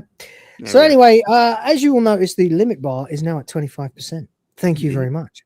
Thank you. Indeed. So there we go. Yeah, but I'm only here by mistake, remember? And they're all really pleased with him. Like, mate, you fucked a fish. It's not a huge accomplishment. You're a fish fucker. Why the hell should anyone listen to you about this? You're clearly biased. You ate the fish pussy. Obviously corrupted. You know, like you are not. You're not coming at this objectively. You clearly have a motive at this point in time. Why would anyone? Why should you're just as compromised as Kate is? You're corrupted. Look at you're not in the same school. You're not all swimming in the same direction. We've got a mentally ill, PTSD suffering woman on double doses of SRIs. Two people in wheelchairs. Two people in wheelchairs and a fish fucker to save the world. And an Asian girl boss in the background. Yeah, an Asian girl boss female soldier. Oh, we are fucked. And this is supposed to represent with the human, the empathetic human, aren't we so good and moralistic and ethical? I don't know. I don't know. Is he in a wheelchair? Yeah. I think he might just be fucking. No. He's in a wheelchair. I've tracked it. Yeah, because he's the same guy. I've been watching this because I laughed my ass off in the very first episode. It was like, there's two of them now. Yeah, another wheelchair guy. Yeah, that's it. Yeah. So anyway, they're going to use the message to spread a cord, and apparently a few days pass. Barkley wakes up. Kate reports to the room. They actually do mention that it has been several days now, so that's the first time they've ever acknowledged that time passes at a reasonable rate in the show. So some days have passed. They've still got nothing at all, no signal, nothing from the fish, nothing at all. No one's talking. Why have they stopped talking to us? Maybe they're keeping it secret, or they're scared. Scared of what? Doesn't matter. We see here at Dragonera Island the first of what will be a lot of dead fucking sea devils. Yeah, get ready for a montage of dead fish covered in barnacles and whatnot. But again, this is visual storytelling. There's lots of them, guys. There's lots of them. Oh, no. Meanwhile, somewhere north of Belfast, or west or east of Belfast, they find another one. They roll over, and we're supposed to feel like really sorry for it. Look, right, but I don't care. Sure. And here's the weird thing about this too. Like all right. So I know Russell thought he was being smart. I'm going to do something subtle, and people won't notice. And so what we're going to do is we're not going to have fish people show up in a scene right before they do the whole injection. They do the whole thing, but at this point in time, all we know is these fish fuckers, the fuckers that are fish, to clarify again, yes, have had a genocidal motive this entire point in time, and all the diplomacy was just a ruse, and we haven't seen them for a good over half the episode now, basically.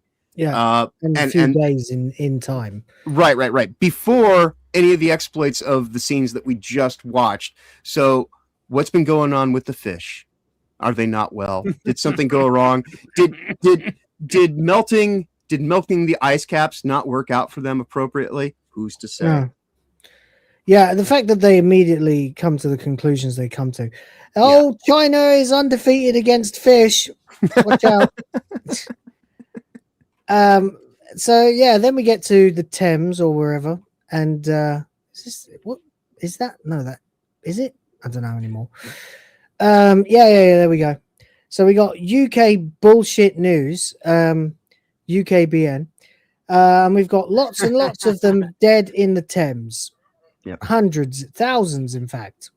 Yay! Right. Dead fish float to the surface even if they live 5 miles down. There you go. So there we are. They're dying everywhere, and Barkley, of course, is only worried about salt. Yep. Salt. So anyway, we go to the viral thing and we get another virtue signaling scene here. First, Kate works out that it's not a virus, it's the aftermath of a virus. Right. A quick shot virus that disappears quickly. Oh wow, that means that the virus has circled all around the oceans of the world. Was this germ warfare? Was this a bioweapon? It's a bioweapon. Did someone intentionally make a vector that would make for a carrier host that is somewhat immune, but ultimately just sheds this shit off? And water is very permeable. And if you wanna actually get a virus to create a pandemic or an endemic kind of level event, water. In the water water works. supply. Yeah.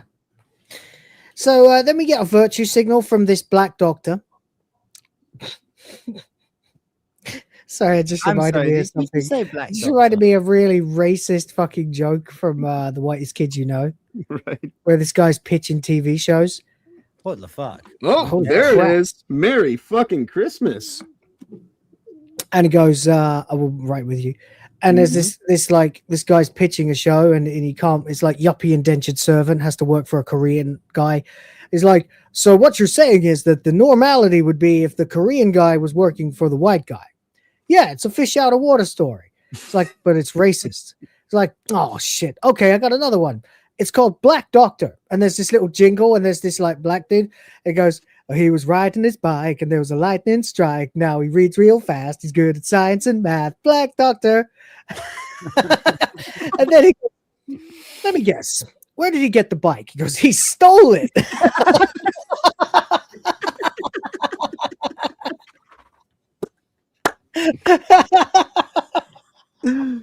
Oh, that's great. I'm only telling that joke because I know that would slay like New Blackstreet. They would fucking die at that joke. So there we go. It's a good sketch. I got to find it one day. Whitest Kids You Know, they were fucking funny. Yep. And they only got that name because somebody called them the whitest kids he knew. Now, we have, I believe, from Rosie, 6486 99 fucking 99 $100. Where do I even begin with this? I literally don't know what the fucking everything. Let's I go. got this new anime plot. Basically, there's this high school girl, except she's got huge boobs. I mean, some serious hunkers. A real set of badonkers. Packing some Doban hunkeros. Massive da hunka bankaloos. Big old Tanhangera cougars. What happens next? Transfer student shows up one day with even bigger Bakhanaga hoogs. Humongous hungalamga no logangas. Oh, these? My boobies? My massive fucking titties? My super stuffed up milkies? My hunger bonger doinky boinkies? My fucking fabric stretching, wind flapping, gravity welling sex mounds? You mean these super duper ultra hyper goddamn motherfucking.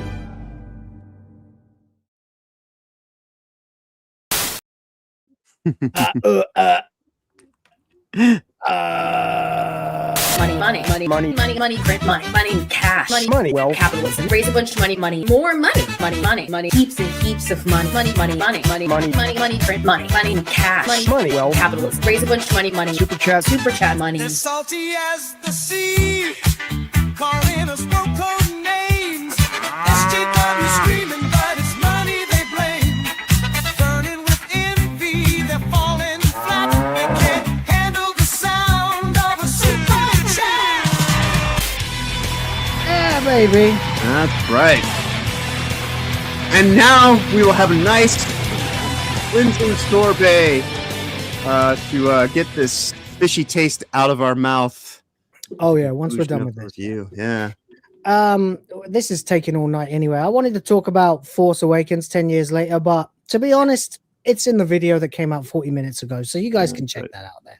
We'll just do this, and then we'll probably have to call it because it's going to be Christmas in 20 minutes here. Indeed. She says, Merry Christmas, Will, John, and Rhoda. Merry Christmas to you too, Rosie. Thank you very much. You have no idea what that means, especially after missing a couple of days of streaming.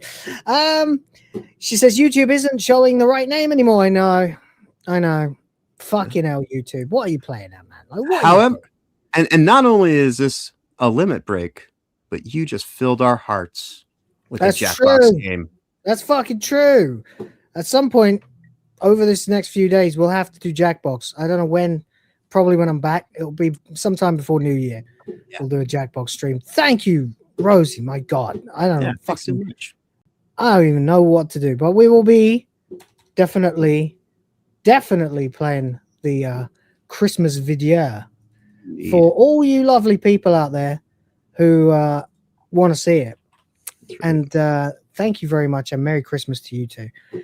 Really, seriously, thank you. That was amazing. And thankfully, we are in the home stretch of this, because this whole 5-show arc is basically ending on a montage of just quickly diced up scenes. The pacing and the plotting in this had been abysmal, as we've mentioned before. Shit that they take some time on and actually, really spend. Just nope, over and gun, and then stuff that really isn't meaning much of anything. They spend forever on and do scenes that don't really have any kind of connection or completely undermine the character that you're even trying to get across. Hello, SRI scene. You want us to take Kate as like this, very important character that we're supposed to somehow get behind, and she's basically the Doctor's surrogate in this little Hooniverse miniseries of important people that are now the heroes and whatnot. And then you completely turn her, and she was already compromised well before this, but now she's entirely corrupted, and holy shit, it continues. You do know you just did that, right? Fucking hell, man. Rhoda, 50 quid. Jesus Christ, buddy. Legend. So the funny thing is, I was about to do this. 10 each for Will, misses both princesses and dad's memory. Happy Christmas, buddy. Thank you so much, man. Indeed. I haven't got that is dude, that's that. Thank you so much. Thank you so much. And I'll never stop saying thank you to people if they give me money, because Indeed. What am I supposed to do? Not talk about it? That's insane. Anyway, enjoy the band. And thank you, dude. Thank you so much. That is Merry Christmas, man.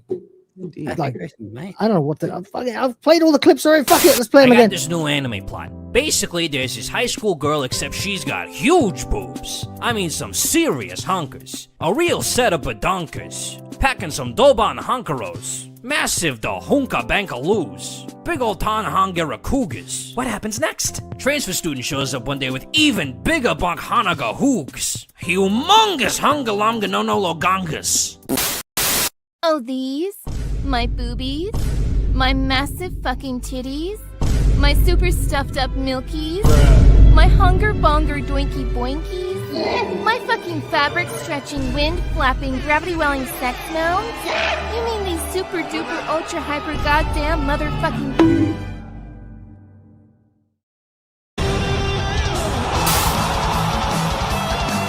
Thank you. Yeah. God, you guys are crazy. You guys are crazy. Crazy. Merry Christmas, indeed. Merry Christmas, Rhoda. Thank you, man. Thank you very much. That's a thank you all very much indeed, and I hope you have all very Merry Christmas indeed. You just made mine a little better, so thank you. Oh boy, not a little either. Quite considerably better. So thank you. Actually can relax a little now. All right. Now we're going to ruin it with the cringiest thing we've seen yet. Yeah. Right. But it's okay because we'll have titties afterwards. That's right. We are sandwiching this shit of an ending with some really good things on either side. And it's going to really start here, really. Because this Blackter decides that she's going to virtue signal. Like, okay, you've got 2 lines in the whole show. Use them wisely. From the moment Homo sapiens learned to walk. Every time we met a new species. What do we do, lads? Well, I think it's clear. We slaughter them. That's right. Yeah, we do. Wait. Yeah, we do. From the moment Homo sapiens got out of the water, so what they said, get out the sea. Yeah, we ate things. Yes. Yeah. So yeah, like if we are, if these are supposed to be our ancient brothers and sisters, and we are the evidently getting out of the sea was the thing. And but even this doesn't make sense, because hasn't human society been based on animal husbandry and domestication of animal, like all animals kill other animals. Right. That is kind of the natural order of things. Until they become the apex predator on the planet. And then they will begin breeding indiscriminately because they can. And then they'll develop much, much, much higher brain functions because there'll be nothing to stop them. Right. No need to continue behaving animalistically. Any species that evolves, if we all die one day and there's another species, they will end up just like us if you give them enough time.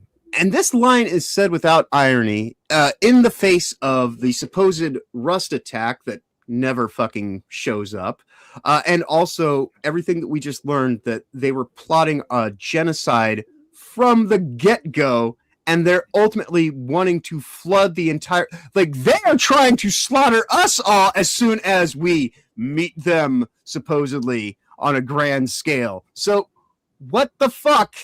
Come on now. This, look, if you're gonna throw a fucking punch at me, right? I don't care who the fuck you are. I would never strike a lady, but if I get attacked, a lady would never attack me, right? Because that's not if she thought you were going to smack her back. Yeah, no, right. But that's not lady-like. I don't recommend doing that. No. Not the way a gentleman would want to behave. But right. But that's the whole thing about actually being civilized, right?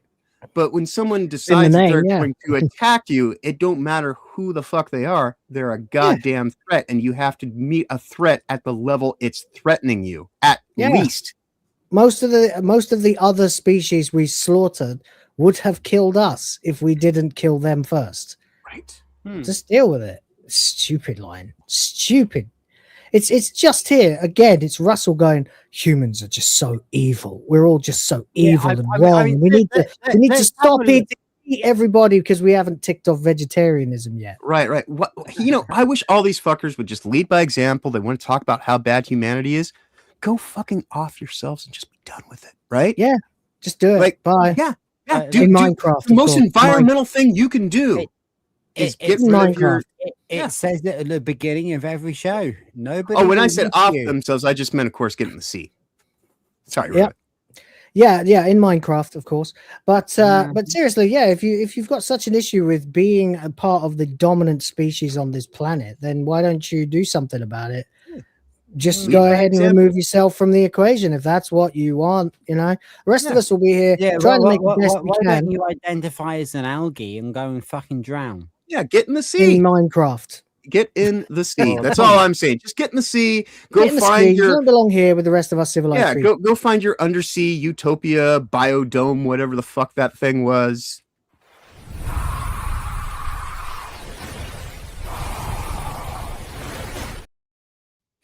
Yes. Not the saloon. No. The sea creature.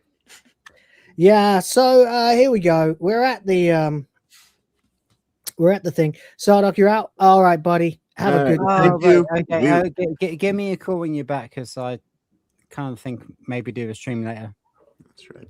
You should, guys. You are the best. You are the best of the fish. He says he's an angry little man. Maybe.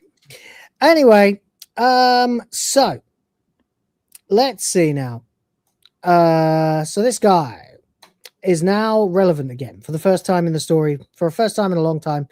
Now suddenly, Homo Equa, now that they've met the fucking furious, blatant, absolute genocidal wrath of humanity, now they want to go and talk again. Now they want to go back to the fucking negotiating table. Oh, can we revert to day one? Okay. So that perhaps maybe we and you get badass Barclay doing his fucking why ball. Why does he say okay though? Why doesn't he say fuck off? Right.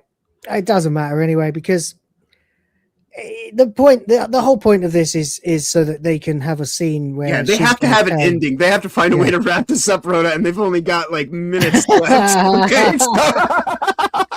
Okay, there is that. Here we are again, guys. It's like episode 3 all over again.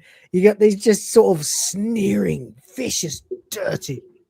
Right, I do want to say, I watched this so that I could give my honest reaction to it, rather than just relying on your takes and giving my reaction to your take. Good. And my poor housemate watched it with me, and he doesn't forgive you. Well, hey, Rhoda, we never put him on this hook, okay? To be fair, you're the one who lured him into me. it. That was me. That's right. He doesn't forgive me. you. It's on me. Yeah, he could have walked away anytime. And he does support the show as well. So still, as it is the season and all that, we apologize for any inconvenience this show may have caused you. Yes. We certainly hope that everyone out there watching will appreciate the sacrifice that we have put in, and you do not need to watch this. Yeah. Just, this is kind of the point. We ate the bullet for you. You know? We watch this shit so you don't have to. Yeah. We got wet so you don't have to get in the sea yourselves. So anyway, we got the cartoonishly evil, dirty looks from the Legion of Doom, and then we get yet another evil, dirty look from the Prime Minister, I believe. Yeah. Another scathing, dirty look. To be honest, though, this is the thing, right? And it was around this time I realized they're the good guys. Yeah. They're the heroes of the story. They have saved us. Right, because sometimes Doom. Yeah, sometimes a man will be forced to do some terrible fucking things to prevent other people from having to experience worse. It's part of growing up. Yeah. What are you gonna do? Let the fish kill us all? Right. I mean, those are your choices, right? Let the fish kill us all, or kill all the fish. Right. This is kind of, again, there are many characters that you can see throughout stories that have been written or put to film or anything like that over 100+ years, thousands of years, that I will compromise myself to ensure that other people can grow up innocent and not having to deal with the complications that I'm about to succumb to, and I will have to carry that with me the rest of my life.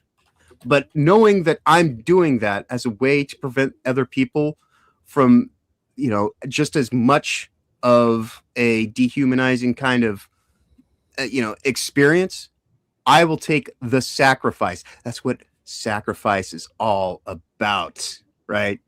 I will take a little bit of damage to spare everyone else. I will be the bad man, because someone has to be sometimes. Yeah, that is literally like, history is resplendent with cases where that ended up being the noble thing to do, but you end up being branded a villain forever. Right. Hell, it's the boss, Metal Gear 3. It is like, she's a hero who will never be remembered for any deed of heroism. And it was supposed to also be the original ending to Metal Gear Solid 4. Was that Otacon and Snake were going to be executed. Right. And then they'll go the same way. Yeah. Yep. So anyway, the point is, though, that Russell T. Davies has set about creating a show to virtue signal about environmentalism, transgenderism, transhumanism, interspecies breeding, and just basically everything he can possibly do to undermine anything that you might call traditional, conservative, or even human. Or just the laws of nature itself. Yeah, right, exactly. Yeah, he's done everything he can to make this giant virtue signaling guilt trip of a show. But in the end, but thanks to his own incompetent writing, he has made it so that it was us or them. Yeah. So we choose us. The heroes will now be remembered as villains because Russell T. Davies is an idiot. And all the good guys are in the room right now being made to look cartoonishly evil for having saved the human race. Right. And that's the thing, is I don't even think that they'll so much even be remembered as villains. They were just portrayed as villains, because here we are actually looking at it objectively and saying, no, like, they're the good guys. Yeah. So even the whole conceit of this thing doesn't even work, because this No. is again trying to be submersive and undermining the concept of heroism and what it actually takes to kind of be in this world. It didn't fucking work, Russell. Nice try, but you fucking failed. Not even a nice try, pathetic try. Right. I understand that you thought that maybe I'm the smartest man in the room. They'll never understand what I'm doing. They'll just it'll wash all over them, just like the sea. There's a well-known phrase: "If you're the smartest man in the room, you're in the wrong room." Right. Yeah. Right. That's true. Which means he's surrounded himself with fucking sycophants, and he should actually get in the sea. Yeah, he's not actually the smartest man in any room. To be honest, I don't believe he's that intelligent. Yeah. That actually, in pompous. his case, that would be a really, really big achievement. Yeah, Right. I don't think he's even that big of a geek or anything. No, RTD has spent 5 episodes doing a mass grand show and tell, but in subtle moments, it reveals everything about the conceit behind it all. And so ultimately, this isn't about the show and tell, Russell. You revealed At yourself. every available opportunity, he's fucking shot himself in the foot too, by having it so that the fish can actually purify the toxins, so that the threat is so at the very best case scenario at that point is that they're ignorant. They were never under threat. So why did they come? It didn't make because sense. they're just genocidal, obviously. Right. And then it turns turns out that you've got a plan where they were melting the ice caps and have been for some time. So they were just laying siege to the planet. All you've got here is which also means that it's not our fault that the fucking ice caps are melting, which they're not. Which they're not, no. But there you go. Anyway, the hippies are here to tell us how sorry they are.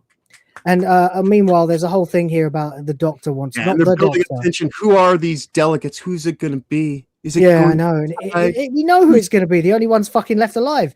Barclay is his doctor is trying to get in touch with him. Not the doctor, but a doctor, the Indian guy, the sycophantic Indian guy.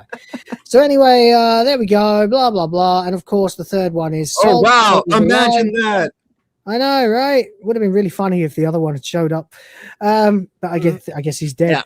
She says, "We're defeated. I've come to inform humanity that you've won. The war is over. You won. That's it." Sorry. Hey, can we take him back? You remember all that? What fucking war? They basically they've been decimated. Literally decimated. There's only a tenth of their population left. Yeah, they've been reduced to 1/10 of the population. The rest of them burned. There's a lot of flowery language in here about you brought fire to the world of water. Oh, shut up. Anyway. And then we get the trying to chastise, but also at the same time saying, well, I guess, hey, remember all that posturing I did and made you try to fear me? I turned into a man for a bit. Apparently it was all meaningless. You're no more of a man than you look. Could you maybe not kill us anymore? We now realize that we were completely out of our depth, even though we live in the depths of the ocean, and we probably shouldn't have fucked with the people who've been living on this planet, creating societies for tens of thousands of years now, if not hundreds of thousands. Sorry, I guess we underestimated you. My bad. Yeah. But by the way, first things first, Merry Christmas. It's midnight here. That's why there's fireworks going off all around me. Oh, okay. Happy Christmas. It's 4 p.m. here. Yep. Sounds about right. Second thing, she does find time to threaten these three, even though she has no way of knowing that it was them. Right. But apparently they'll find the fingerprints in the water or some shite. Mrs. of the Fan says, wishing you all a Christmas filled with love, laughter, and the warmth of family. May the season bring joy and beautiful moments to your home. With love, our family. Indeed. Merry Christmas to you. Much better than I could have possibly said it. Yes. Yeah. Much better. She's way better at this stuff than I am. I'm only good at yelling at shit. Thank you, dear. Appreciate you. Indeed. I'll see you in a few minutes. Yeah, maybe we're nearly done here because they jump cut to some point in the future. So this is they did not actually legitimately have a way to end this. So it really is just Oh, this is so stupid. It is There's a an bukkake of inexplicable way. montages. Then inexplicably, they're going to somehow manage to figure out that it was the prime minister and these two people. Well, what Right. about all the people who literally did the deed? Right. What about all the people who engineered the virus Nothing and for all this them. kind of? Just the capitalists. Just get the capitalists. All right. So here we see the prime minister. This is so BBC. It looks so shit. It might as well be from 2005. Dr. Right, this is hilarious. It's so bad. Oh my God. And the guy, and he's not even drying out with all this water coming out. So I don't even know what's going on. Is he? It's waters of Mars. It's nonsense, mate. It's bullshit. It doesn't make sense. Like, you out of his get better eyes than as that well, out of or free in his AI. ears, right? You don't even have a It'll be fucking coming out of his pay for it. nose. It'll be coming out of his ass. It'll be coming out of his dick. It'll be coming out of his ears. Yeah. Anyway, There's a there we lot go. of- And he should be so shriveling stupid. up, right? It's so stupid. It's so stupid. A shower attachment is spraying from just behind his tongue. Yeah, It's it so- looks I so realise. shit. It's like a jet that could not possibly come out at that angle from a human body. It looks like a joke from like Bottom or something. You ever see Guest House Paradiso when they all start puking and it's going like that? You know, it's cartoon. This is a shit composite. Yeah. It's like Bottom. You're right. It is. It's insane. It looks so cheap. Yeah, because quite literally, right where the spray's coming out of his face, the left side of his face, if you notice, Yeah, you can't see not it. there. That's it's why not there's there. nothing. That's why there's nothing pouring down his chin or anything like that. Right. It's terrible. This Now, is one literally second, just a guys, rough because process. James has gifted $50 to tell us, God bless you and your family, Mrs. of the Fans. May you always know joy and happiness. Oh, I hope she's still watching. Legend. That Which- is amazing. Thank you so much, buddy. That- I don't know what clips to play at this point. I'll just fucking don't know anymore. I've played them all. Fuck. Oh, here, have some titties Oh, again. these? My boobies? My massive fucking titties? My super stuffed up milkies? My hunger bonger doinky boinkies? My fucking fabric stretching, wind flapping, gravity welling sex mounds? You mean these super duper ultra hyper goddamn motherfucking.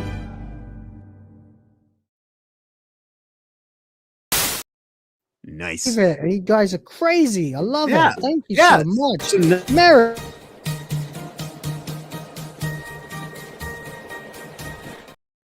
So now are we not Amazing. only on the hook for a Jackbox game, but we now have one piece of the heart into the next set. Fuck yeah. Yeah, we pretty Yeah, much do. Yeah, I right. can do that. I can do that. Why not? Don't let me forget for the next one. Anyway, let's just finish this fucking thing. Indeed.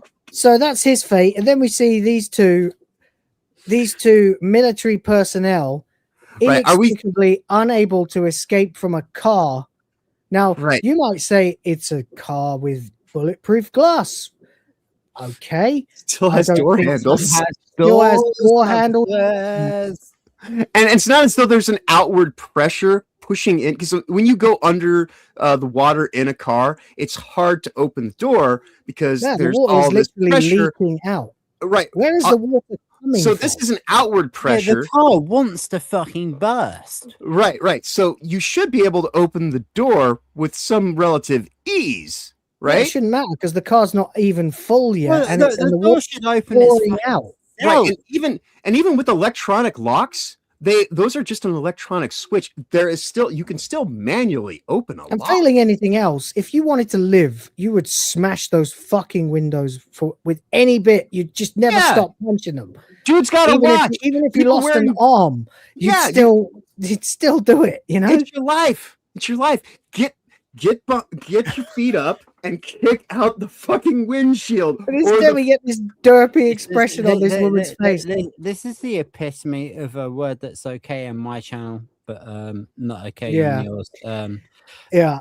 Anyway, French bitch gets up and runs begins away. with F and it refers to offal based meal. Yes, I'm sure it rhymes with splaggetry. Mhm.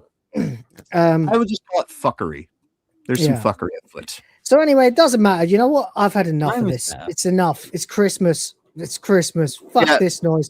Yeah. Oh, by the way, they say that the sea devils will now be permitted to live in a trench at the deepest part of the earth, and that will be the place that is designated for them to live in, where we will protect them and keep them safe from all of our pollution and viruses.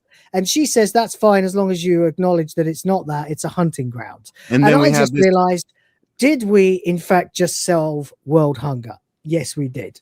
Pretty much. And also now, so they're now on a reservation. It's Yep. ultimately what There this. are- that's the thing, isn't it? We gave them blankets of smallpox, and now they have to live That's on right. reservation. That's right. Here we go. That's what So- Russell's doing here. Because someone asked me if I thought he was making a dig about COVID, and I said, "Nah, the virus thing. That's American colonization. He's having to go at colonization." Right. Because Fucking so shit. Because So this bioweapon was actually to help humanity, Yeah. not to Yep. undermine the economy. No, exactly. Anyway, there we go. It all comes crashing down, literally, as Barclay leaves the room. Everyone's run away. As Barclay leaves the room, for whatever reason, this reporter bitch From walks the up to him. moment we saw this room, we're like, this room's getting fucking flooded. Yeah, They have done absolutely nothing surprising. Everything was just the most lamest fucking setups. They're not even payoffs. They're just like, oh yeah, of course. There you go. So Barclay unhappily, And this makes no goddamn sense. he's like, "What would you like to say to the people, Mr. Pierre Dupont?" He goes, "Oh, we won. How about that? Tell them we won. We won the war." And he walked how away is saying, there a and then fucking it's meant massive to be a debate bad there? thing. It's meant to be a bad thing. Right. It's all framed with sinister music and tension. Tell them we won. Right, Tell them we won. Yeah, how about that? Tell them we won. And then, of course, everything smashes to pieces. The room gets flooded, and they have to seal it off. And they shut the door, and that is it. Yeah. Then we That is find it. out Wheelchair Bitch's husband doesn't like Kate, to be fair, who does at this point. This gets really fucking bad now. I don't even care about that. Finally, we get the message from the doctor, not the doctor, the Indian a guy doctor, who right. is the doctor. We'll never see the doctor in this show. No way. And they are just desecrating Tom Petty's fucking song Yeah, right yeah, here. yeah, So yeah. do not ever listen to this. This is a terrible fucking don't ever cover. listen to it. They turn Barclay around as the mob breaks in, somehow finally gets to him. And everyone's like trying to kill him. And there's hundreds of them and only about three. And they're white like 3 people. But apparently, whatever. Which He is gets, enough. he gets pushed into this car. Kate's driving, and she personally drives him all the way down to the coast because it's all about his brain and his physiological changes he's been undergoing and the word accord. So, Right. now what? Oh, bye, family. See you later, family. Never mind. You never mattered anyway. So he sort of bids farewell to the family, although there's no reason he can't see him again sometime. Right. Anyway, I guess their lives are ruined. He runs off into the water and goes, "So!" And again, the clothes just fucking disappear. Yeah. Nothing's. So, no, he's tore them off. actually Anyway, done so she's there crying because don't forget she needs some closure to her lost love. She Right, needs we- to see love bloom Oh, again. That's right. She needs she's to a bit salty. reclaim her humanity because That's you it. know, yeah. And Although so, in she spite of might it all, also be so psychotic episodes apparently of drugs. RTD did not have the balls to follow through on the West Side Story Romeo and Juliet Yeah. model and kill No. both of these No, fucks. there's no tragic ending here. No, We're- no. Even though it's supposed to be tragic, it's Right. not because Right. we are all humans and everyone watching is human. We won. We decisively wiped them out. They can't come back. There won't be a series 2. They're all dead, apart Right. from 10% that we forced onto a reservation. That Right. is total victory, mankind. It's Right. over. Because I the story, don't feel guilty. yeah, the story of Romeo and Juliet or West Side Story, is that all this consuming hate has found a way to undermine Yeah. two people that Even actually, loved and by all of yeah, that. so even love doesn't survive your needless fucking warfare. So he doesn't even know how to fucking end this thing. No, and he ends it in the worst possible way, because after they finish kissing, suddenly he discovers that he has got gills. Oh, he's Kevin Costner, everybody. Gills on his neck. You can see them. Oh, dude's got gills, disgusting. man. He's got vaginas on his neck. Oh, Yeah. buddy. That actually like made me feel physically sick Yeah, when I it makes watched me that. feel ill. Yeah, he's got some labia When there. I put the message in our group chat that I felt physically sick, it was when I was watching that scene. Right. I understand. But the thing now that makes here's me the feel interesting physically thing about sick. it. Here's the interesting on. thing about all this. So the accord that she was suggesting never got implemented, right? Because they were already becoming But he is the they were getting accord. subsumed. But he is so that means that the way to accords means that you have to fuck a fish or have like a And blood turn into transfusion or some kind of DNA. There's got to be some kind of fluid transfer. Apparently, So they have the ability to mutate anything they breed with's DNA. Right. And so, yeah, because I'm assuming, so the catalyst was either her fish, her kissing him to begin with before they fucked, or the fucking itself. So those gills are an STD, possibly. It's awful, isn't it? Yeah. So there we go. Anyway, a man will fuck. And a then we fish. get the scene You that should- makes me physically sick, which is where Barkley immediately. This. Oh, God. It still gets worse. It still gets worse. It Now he's still like- gets worse. Now he's like a fish as Just well. make- So he's yeah. immediately able to swim like them or something. And I don't know And if he's they're still got supposed to his be knickers on. replicating some Now sort of let's double the cringe fishy and have them mating both dance. doing. But now they're doing this weird fishy mating dance. And by the way, neither of them are actually any better at swimming or any faster. Yeah, and so it descends into an underwater liberal arts college interpretive dance Dance, routine. yeah, exactly. And this is how it ends, with this unbearable cringe. Get in the sea, and they did. And then don't do this. Indeed. Oh, mate. Lucy and yes, Oh. pants. That's exactly what We I could was- be heroes, but we don't know how to actually write anything that is substantial mate. to get that point No, across. this is so bad. This is so bad. And then they swim away together as fish. You'll never swim You will never swim alone. alone. Griffiths as well. and fade out. And now we've got Still wearing his pants. Yeah, he's still wearing I pants. know, right? So he's still not completely. He hasn't completely, given himself over to the sea yet. But yeah, and it just ends with Kate on the ocean. Yeah, walking away, and that would have been perfect. But then Reflecting. she spotted a jogger throwing a water bottle on the beach. Right, which seems like this is an interesting take to have, considering No. everything that just No, happened in the last 2-3 months. We knew what this would be immediately, of course. Right. But don't you think at this point in time, He tells her, "Who the hell are Physically you?" made me cry. right? He goes, "Who the hell are you? Why are you asking me to pick up this bottle?" But She says, this- "Pick it but up." this is the thing. I'm asking COVID- you to pick up this bottle. Pick up the bottle. Pick up the bottle. And Right. she pulls a gun on him. Right, and this is supposed to be the big shock ending. But bear in mind that COVID happened in this fictional world as well. So you'd think that when episode 1 happens and they do the whole fucking garbage tack thing, as the way this world is structured, you'd think that they'd have some pretty heavy laws about littering at this point in time already put in place, right? Yeah. There's no Do you way that think- beach would be that dirty. Yeah. Even beaches in the Philippines aren't that dirty. Right. They get cleaned every day. Right. They have people who go and that clean would them become part of the every day. whole process. Like there should be beach squads everywhere that are just trolling and fucking keeping shit clean, because especially, why wouldn't you do that right at the border's edge? Shit out of that. It's fucking retarded. But It's completely retarded. There's no way this beach is so covered in trash. And it wasn't when Barkley was running along it earlier. right. And RTD talked about prepare for a shocking ending. You're going to be so surprised. He's going to. This is the most obvious thing I was ever expecting. You know what? Fuck off, Russell. Yeah, Fuck off, this Russell. was not surprising. Oh, And that's it. That's it. Everyone's like, "Oh, is Barkley going to be the master? Is there going to be some kind of like implications that tie on?" No. It's just a mad woman who's on too many SRAs, having a bout with a gun. That guy for littering. Right. Which what happens more often than not? People are on a whole bunch of SRAs, get really fucking crazy, go and start pointing guns at people. You don't know what you're doing, Russell.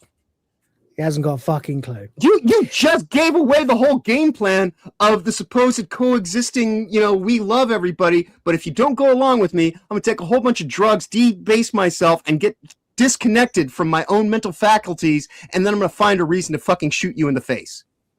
Mm-hmm. That is what played out of the final dissolution of Kate Lethbridge Stewart's mental state into total psychosis. Yeah. It also marks the end of the war between the land and the sea. Thank God. It also marks the end of the RTD2 era of Doctor Who. That's right. You ended in shit. Which is usually how he likes to finish his night. Exactly as I predicted, a whimper. Yep. Totally, utterly pathetic. Exactly. And that's it. I must say that I watched that episode and it is the worst thing I have ever watched in my entire life. That's literally what I said in my review. Oh yeah, 4 episodes and build up for that. I've watched I've watched RTU streams before he deleted his channel. And that was worse. That was worse. Well, see, the thing about this, because Rhoda, when you weren't able to be here last time, Will and I literally had a conversation about, the 4 episodes of build up. How could this thing and this ended exactly. There was not one moment where they zigged when they could have zagged or any. No, this is predictable fucking montagey fucking slapdash. Oh, we need to have this scene justify this scene. Don't worry about that thing. We'll just drop that fucking whole plot thread about the fucking rust. Who fucking knows what that's all? It depends to me that you're it just occupied time. Right. Yeah. No, this was not storytelling. This was narrative design. This was spinning a narrative in front of you and trying to rope you in. I put that video out in the thumbnail. I put not a story. Yeah. This is not a story. No. This was a sermon and a very bad one. Yep. I know I said it already, but I can't overstate it. It's the shittest thing I have ever seen. And I even watched a few shill channels or pet channels that try to be really kind, that are Doctor Who channels, right? And they the ups and downs, as I mentioned last time, Ellie, right? So every show leading up to this one has always had a few more points of up, right? Which I'm just kind of like, but she has said negative points and then just doesn't assign them a negative point. This one was dead even, but she spent so much time assessing things that she didn't give points to, that even they know. So pure trash. Pure cope on an industrial level. Precisely. Industrial coping. You are coping and seething. You just can't accept what you're seeing. Yes, you're coping. So that's it then, ladies and gentlemen. We have got to end the show. I've got to go spend some time with my family.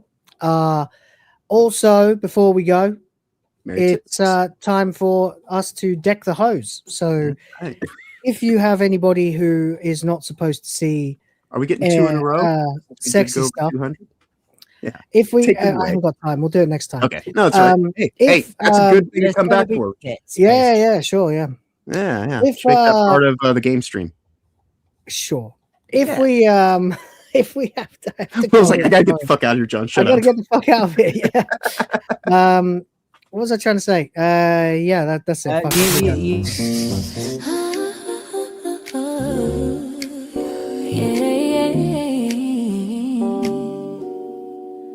We've been good all year, baby, sugar and spice. Hung the lights, trimmed the tree, played nice, so nice. But the house is finally quiet and the fire's burning low. Stockings aren't the only things getting filled tonight, you know.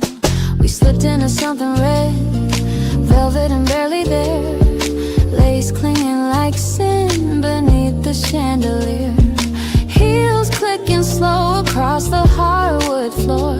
Coming for you, darling, you won't sleep no more. It's a naughty little Christmas, baby, all night long. Gonna unwrap you slow with our filthy Christmas song. Tie you up with tinsel, tease you till you beg. We're the gift that keeps on giving, spread out on this bed. Santa's not the only one coming tonight. Merry freaking Christmas, we're taking what's ours, alright.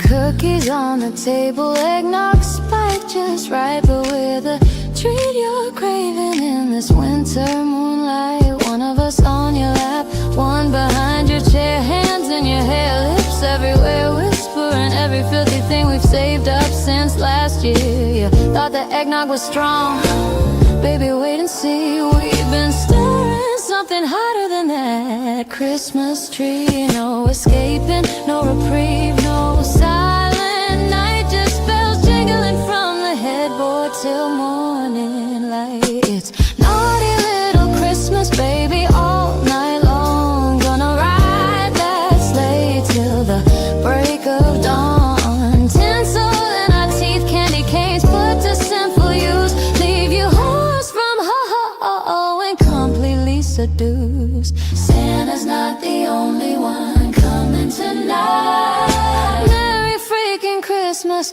we're claiming every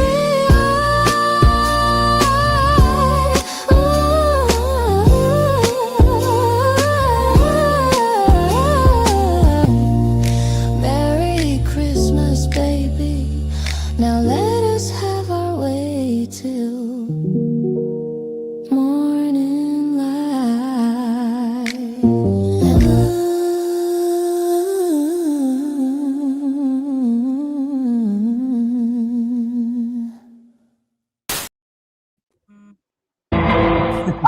Ha, ha.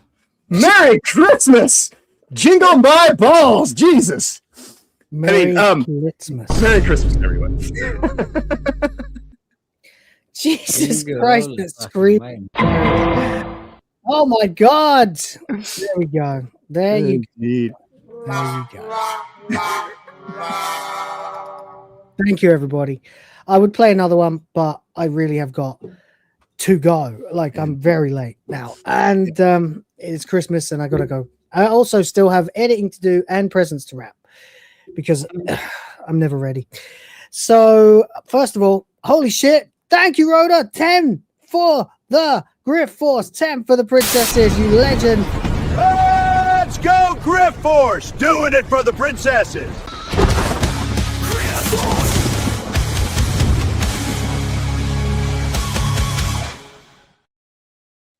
Thank you very much, buddy. Thank you very much indeed. That's amazing. And it's a 10. 10. Drop it.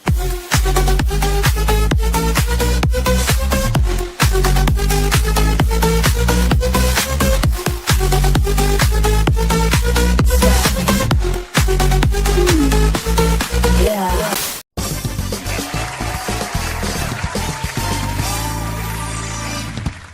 Woo! And that will be it for us guys today. And I hope you all have just an incredibly great, wonderful Merry Christmas. And we'll see you before the new year. Indeed. Definitely. In the meantime, Rhoda, what are you doing next? Absolutely no fucking idea. But something happened. Something good, huh? Something good. Yeah. I know now I'm thinking of be excellent to each other, party on dudes, and Maybe not party on dudes. Party on I don't chicks. know. Yeah. Maybe if that's your thing. I don't give a fuck. Unless that's your thing. Yeah. Be good, and if you can't be good, be careful. Love that everybody who's donated throughout the year before Christmas. Obviously, I'll say this shit again at New Year's, but here we are. I want to wish everybody a really happy Christmas, and just hang out with us lot. You can find us. You can find me, Will, John, in Discord and everything like that. And I am starting to ramble, so I'm just gonna say happy Christmas and good night. Indeed. Well, yeah. Merry Christmas, Rhoda. Merry Christmas, everybody here. Thanks so much. It is Christmas Eve, obviously. Not much going on for me for the next few days, but do keep your eyes peeled to Toasty's X posts and whatnot, because we're kind of at her discretion. We'll be going live again. Otherwise, I will be doing an episode of Jester's Act this Saturday at 2 p.m. Eastern. This is the only thing that I necessarily have scheduled. However, this evening at 8 p.m. Eastern, Scooby Pup is doing a festival of festive celebration. There, I can actually talk. Starting at 8 p.m. and it's just kind of a whatever. So I might swing by there. But otherwise, immediately, I just need to go take care of some groceries and whatnot before the store closes. And then I'll probably just play some video games and chill for the next few days. But it's the interwebs. I'm everywhere. Thank you, everybody, for spending all this time with us and your kindness and generosity today. Greatly appreciated. Love the titties. Always pleasure to be with you, gentlemen. With that said, y'all have a wonderful week going forward. Of course, happy holidays, Merry Christmas, especially. Safe travels ahead. Of course, be awesome as always. Beautiful. Yes, thank you, everybody. Amazing stream. Turned something that was going to be hellish into something fairly heavenly. Merry Christmas. Merry bloody Christmas. Have a good Christmas. I hope you all have a great Christmas, the best you can have. And if you can't spend it with family, spend it with friends. Do something you like. Have a good day and enjoy the revelry as much as you can. Thanks, John. Thanks, Rhoda. Merry Christmas to both of you, of course. It's been a good year. And thank you very much to Sardoc, Dramatical Law, James Up, Rosie, Rhoda again, wow, and again, and James Up again, and Rhoda again. You fucking legends. Amazing. Unbelievable. Quality audience. Yeah. Oh, man. I don't even know if Mrs. of the Fans clocked that when she was here, but she'll be hearing about it. Indeed. And I owe you a titty dance after the next stream. John won't let me forget. So believe me, I will keep him to account, everyone, because it's going to be it's the Metal Gear girls specifically. Oh, I see. Well, it was the second one. It got unlocked, and Christmas is fair enough. Meanwhile, I have got. I want hello. Oh, whatever. We'll work it out next time. We'll work it out. Anyway. Play both of them. Have a good old time. Have a very nice Merry Christmas, and we will see you before the new year. I'll be out of town the next few days, but videos are hopefully going to be still dropping because I'll be editing them.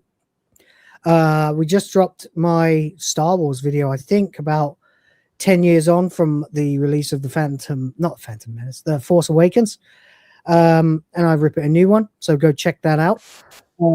Tomorrow, Christmas Day, the plan is to release a top 10 of my favorite things that happened in 2025.